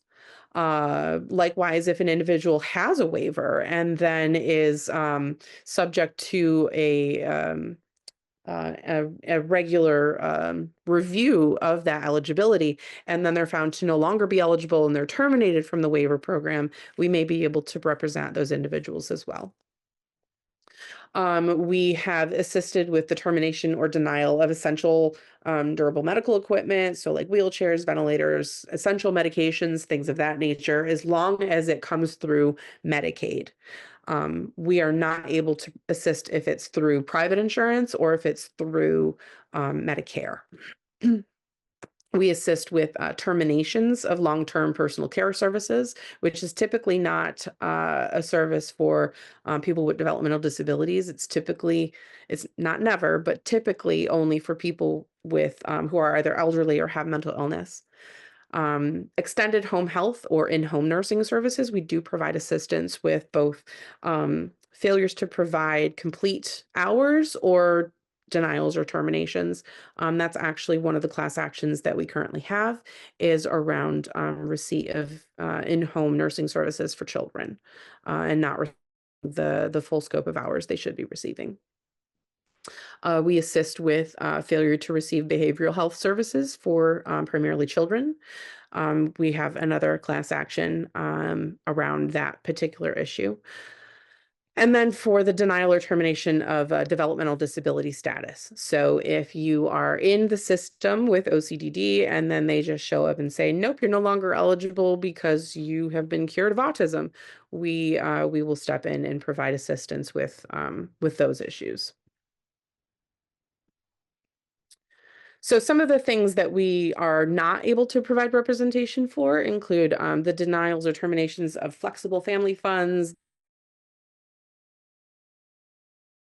and that's primarily because the way that those programs are created, it doesn't provide an absolute right to the individual. And because it's not Medicaid, we don't have a clear means to be able to challenge a denial or termination.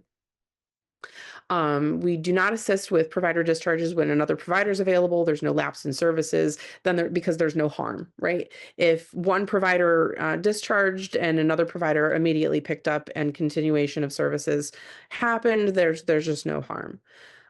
We do not assist for reduction of hours for the LTPCS program, and that's primarily because it's a lot easier to just ask for a reconsideration. We do not assist with pediatric day healthcare, typically because there are more integrated services that could be provided instead. So we will assist with advocacy around those other issues, just not with the PDHC itself. We do not assist with individuals getting into group homes, psychiatric institutions, or nursing homes. Our primary goal is to remove people from institutional settings and bring them back into the community, of course, when that's what they want to do. We don't deal with Medicaid issues itself. So if it's a denial or termination from all of Medicaid, that's not something that we assist with, but we do have a number of referrals that we're able to provide to assist with those issues. And we're not able to assist with anything Medicare related. So that was a lot of words in a short period of time. Let me stop sharing. So I don't know if anybody has any specific questions or concerns or anything. I've seen my little thing flash up a lot in the chat box that I haven't been reading it. And if not, I will kick it over to Dr. Chambers. All right. Am I able to share? I hope. I'll give it a shot here. I think this, I hope this will work. Let's try it. All right. I hope everybody can see this, and thanks. That was great. I'm just going to end with a couple of things in terms of resources that might be amenable to thinking about diagnosis or the necessity for getting an evaluation of an individual. One of them, and this is maybe this is so far back, but it's primarily a resource that's targeted for prevention, or at least prevention as well as we can do it, which is our Mother to Baby network. It's a network of counseling services across the U.S. It's been around for over 40 years, now funded by Centers for Disease Control and HRSA, Maternal Child Health Branch, and some state resources as well. And we take text calls, emails, and live chat from anybody around the country. About a little more than half of the calls come from individuals who just found out they're pregnant or planning a pregnancy and want to know about what can we tell them about the exposures they've had. About 20% of our contacts are questions about exposures in breastfeeding, and then the remainder come from healthcare providers, from social service agencies, from prospective adoptive parents, and so on, who would like information. And in all of these contacts, our routine is to ask about alcohol. And as we've heard in this conversation today, we expect that 40 to 50% of people will report some alcohol in pregnancy. And if they're contacting us as soon as they find out, we at least have the opportunity to intervene, to give information about the importance of discontinuing use, that's the most important thing that they can do for the remainder of the pregnancy. So that's a resource. It's available to anyone. There are fact sheets, including one on alcohol, and about 200 other agents that are available on the website, and they're also posted in the National Library of Medicine website. We do podcasts as well. So there's actually a series that we just did on FASD in collaboration with the CDC, and they're posted on the website. Then I wanted to do another shout out. Don't forget that FASD United, the affiliate network, is a huge resource. These are the chapters and the people as a group whose job they've made themselves to pull together the best information they can in their communities to make available to families and professionals and any interested individuals, and to advocate for the things that we need. And if you go to their website, and I also suggest anybody on this call might want to become affiliated with FASD United. So they do have a resource directory, and as you all know, sometimes you look at these and think, well, yeah, when was the last time this was updated? This was recently updated.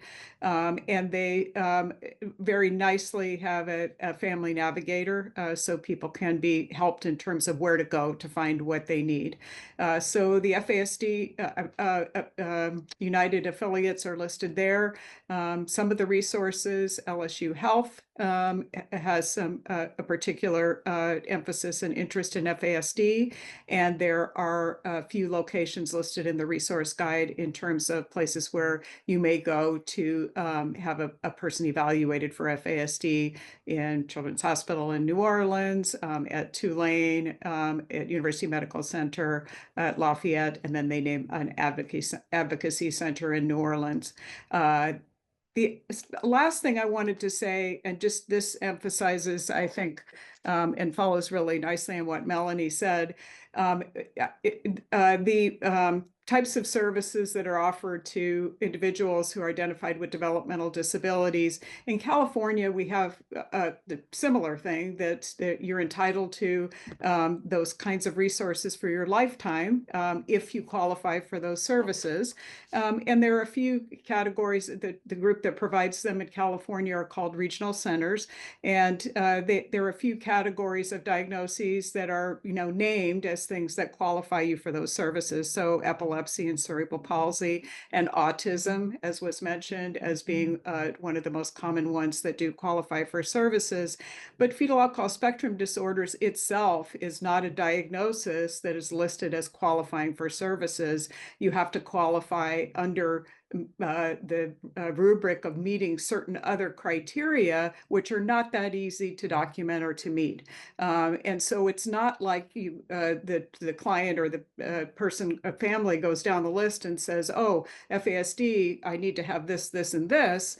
They have to figure it out. And that's where, sort of fight the system, if you will, to try to determine how they might get those services. And oftentimes, and Billy and Ken Jones can attest to this, that's a big hill to climb to be able to get the documentation and to be able to get an individual who really does qualify for services to meet those criteria in the eyes of our regional center. So just as an example, a way of kind of measuring how infrequently we know that in California and the rest of the country, you've heard the prevalence estimates from Larry Bird. The study that we did in 4 regions in the country suggested that, as high as 1 in 20 children had an FASD, and that of the children that were identified in that study, and these were first grade kids in the normal first grade in school who got a physical examination for the features that Ken described, got a neurodevelopmental testing battery for the types of deficits that are typically seen with children with an FASD, and went through an extensive maternal interview about alcohol exposure and other cofactors. Of the couple of hundred kids that were identified with an FASD, less than 1% had had a previous diagnosis. And these are kids who are 6 or 7 years of age. So they did not know that they had that met the criteria for an FASD.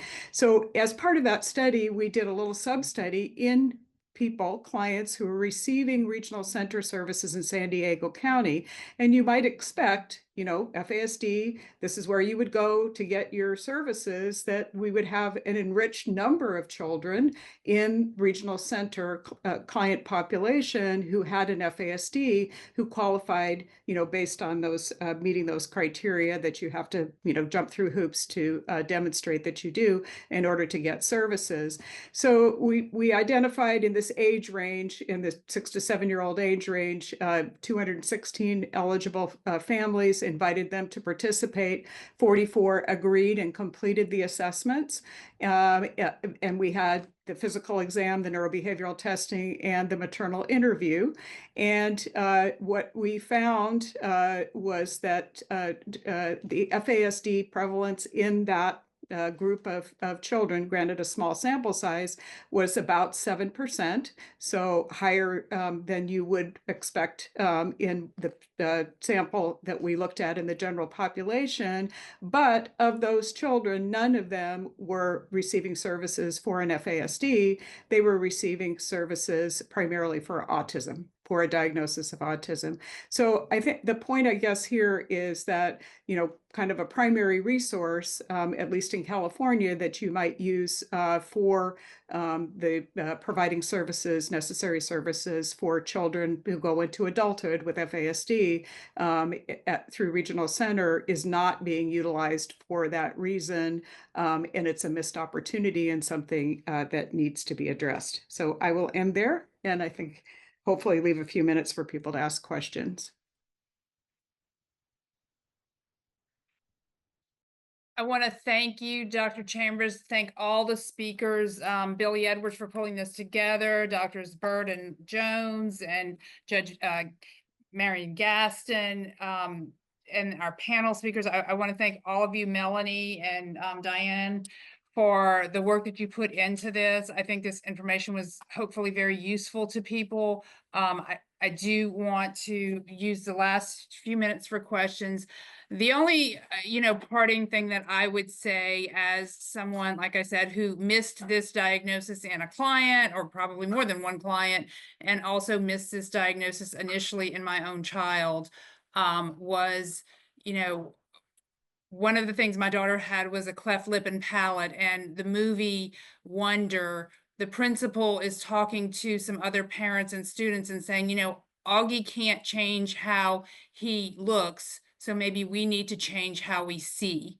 And I think it's sort of the same thing with FASD, where we're talking about people who, for the most part, can't substantially change how they are. And so we need to change how we are in order to serve those people better. So at this point, we have just a few minutes. If anyone has questions, I think all of our presenters are still here.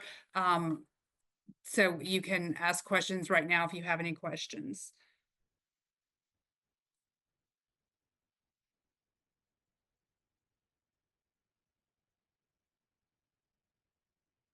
I have a question for John. You want to see if we have hands raised? I don't know how, I never understood the hand raised thing. Well, I have a question while y'all doing that. Thank you so much, everybody. It's been such an informative and powerful presentation. For those children or adults who do not get the specific diagnosis or assistance in the criminal domain for the fetal alcohol syndrome disease or disorder, would they not also come under the heading of the IDD? Because there is some intellectual developmental delay along with the fetal alcohol syndrome. Is that correct? Melanie, do you want to answer that? Maybe? I mean, I would say in general, yes, some of them do and some of them don't. It depends on the IQ. What I think causes a lot of them not to qualify is that they may have a higher IQ, even though their adaptive functioning they're essentially functioning as someone with ID because of their adaptive functioning, but in many cases their IQ might be something that would prevent them from getting that. And one thing I think that people in the FASD community would like to advocate for is that those with FASD be given the same services as those with intellectual disabilities, because the disabilities are very similar. And yes. And to add to that, with as I had mentioned earlier, a lot of the advocacy that we do in terms of eligibility for services is around this notion that the IQ score is the end all be all of what should determine eligibility for services, right? And in a lot of instances, it just is not. It's not. It's not, right? So especially when you have individuals that have some substantial functional limitations, a lot of difficulty with activities of maybe not necessarily activities of daily living, but just life things. They need some assistance, but they could have a higher IQ score. So I'm going to jump in. I'm Kristen Erickson. I'm one of the FASD United family navigators. And I think to answer to that too is part of your IQ is an overall general number, but if they look at specific areas of skill development and deficit in especially executive functioning, I think is the word you're looking for, Melanie, but yes. But that's the thing. If you the average, your IQ is an average and it gets elevated because of some of the strengths that they have, but then they have those deficits that nobody can see. That's right. Sorry, I didn't mean to interrupt. I couldn't help myself. Thank you. No, I appreciate that. Those were all of the words that were stuck somewhere in my brain.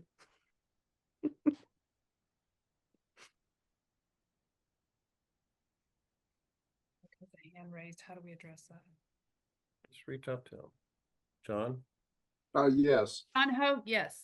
Hey, Kyle. Thank y'all for the presentation. It was very informative. I'm just wondering, I'm a public defender in Louisiana. that part of my responsibility involves juvenile delinquency. And I noticed there were some instruments, evaluation instruments that were recommended during the course of this presentation. Are some of those instruments being utilized by public defender offices as a matter of general intake? Like when we have a delinquency case, are there some of those instruments that we can utilize to sort of assess the client and try to address their needs? John, not to my knowledge, but it's something we certainly should be doing. And even Dr. Gaston sent me her quick checklist that she uses, and I will send that out to everyone because I think that's something certainly that we should be, and that's probably takes, 10 minutes to do. And so it's certainly something that we should be spreading in the public defender community, that we should be doing with our clients. But to my knowledge, that's not being done currently. Yeah, I would really like to, in the spirit of providing holistic services to our clients and providing maybe more social support structures, I think it would be great if we can begin to think about that. So I'll definitely share that from Judge Gaston. And I think what you all should do is get Dr. Bird's screenings that he uses and get them to the public defenders to use, because he's got 3 or 4 that are pretty simple too, that you guys can use. And Dr. Bird will probably make those available to y'all. Thank you. I'm going to be rude and interrupt for one more second. I know we've said a lot about FASD United. FASD United has been working on an FASD Respect Act, and I will put that information in the chat. We have not been successful, but if all of these wonderful people are as impacted by this training as I think you have been, this would be something else to discuss on a federal level as far as promoting the cause, because again, you're talking Louisiana, but for the whole country, this is something we all need awareness of. Okay, thank you. Catherine, you got a question?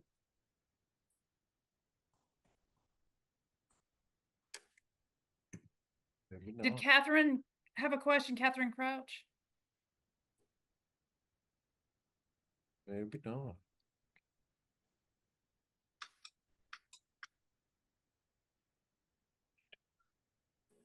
Were there any other questions?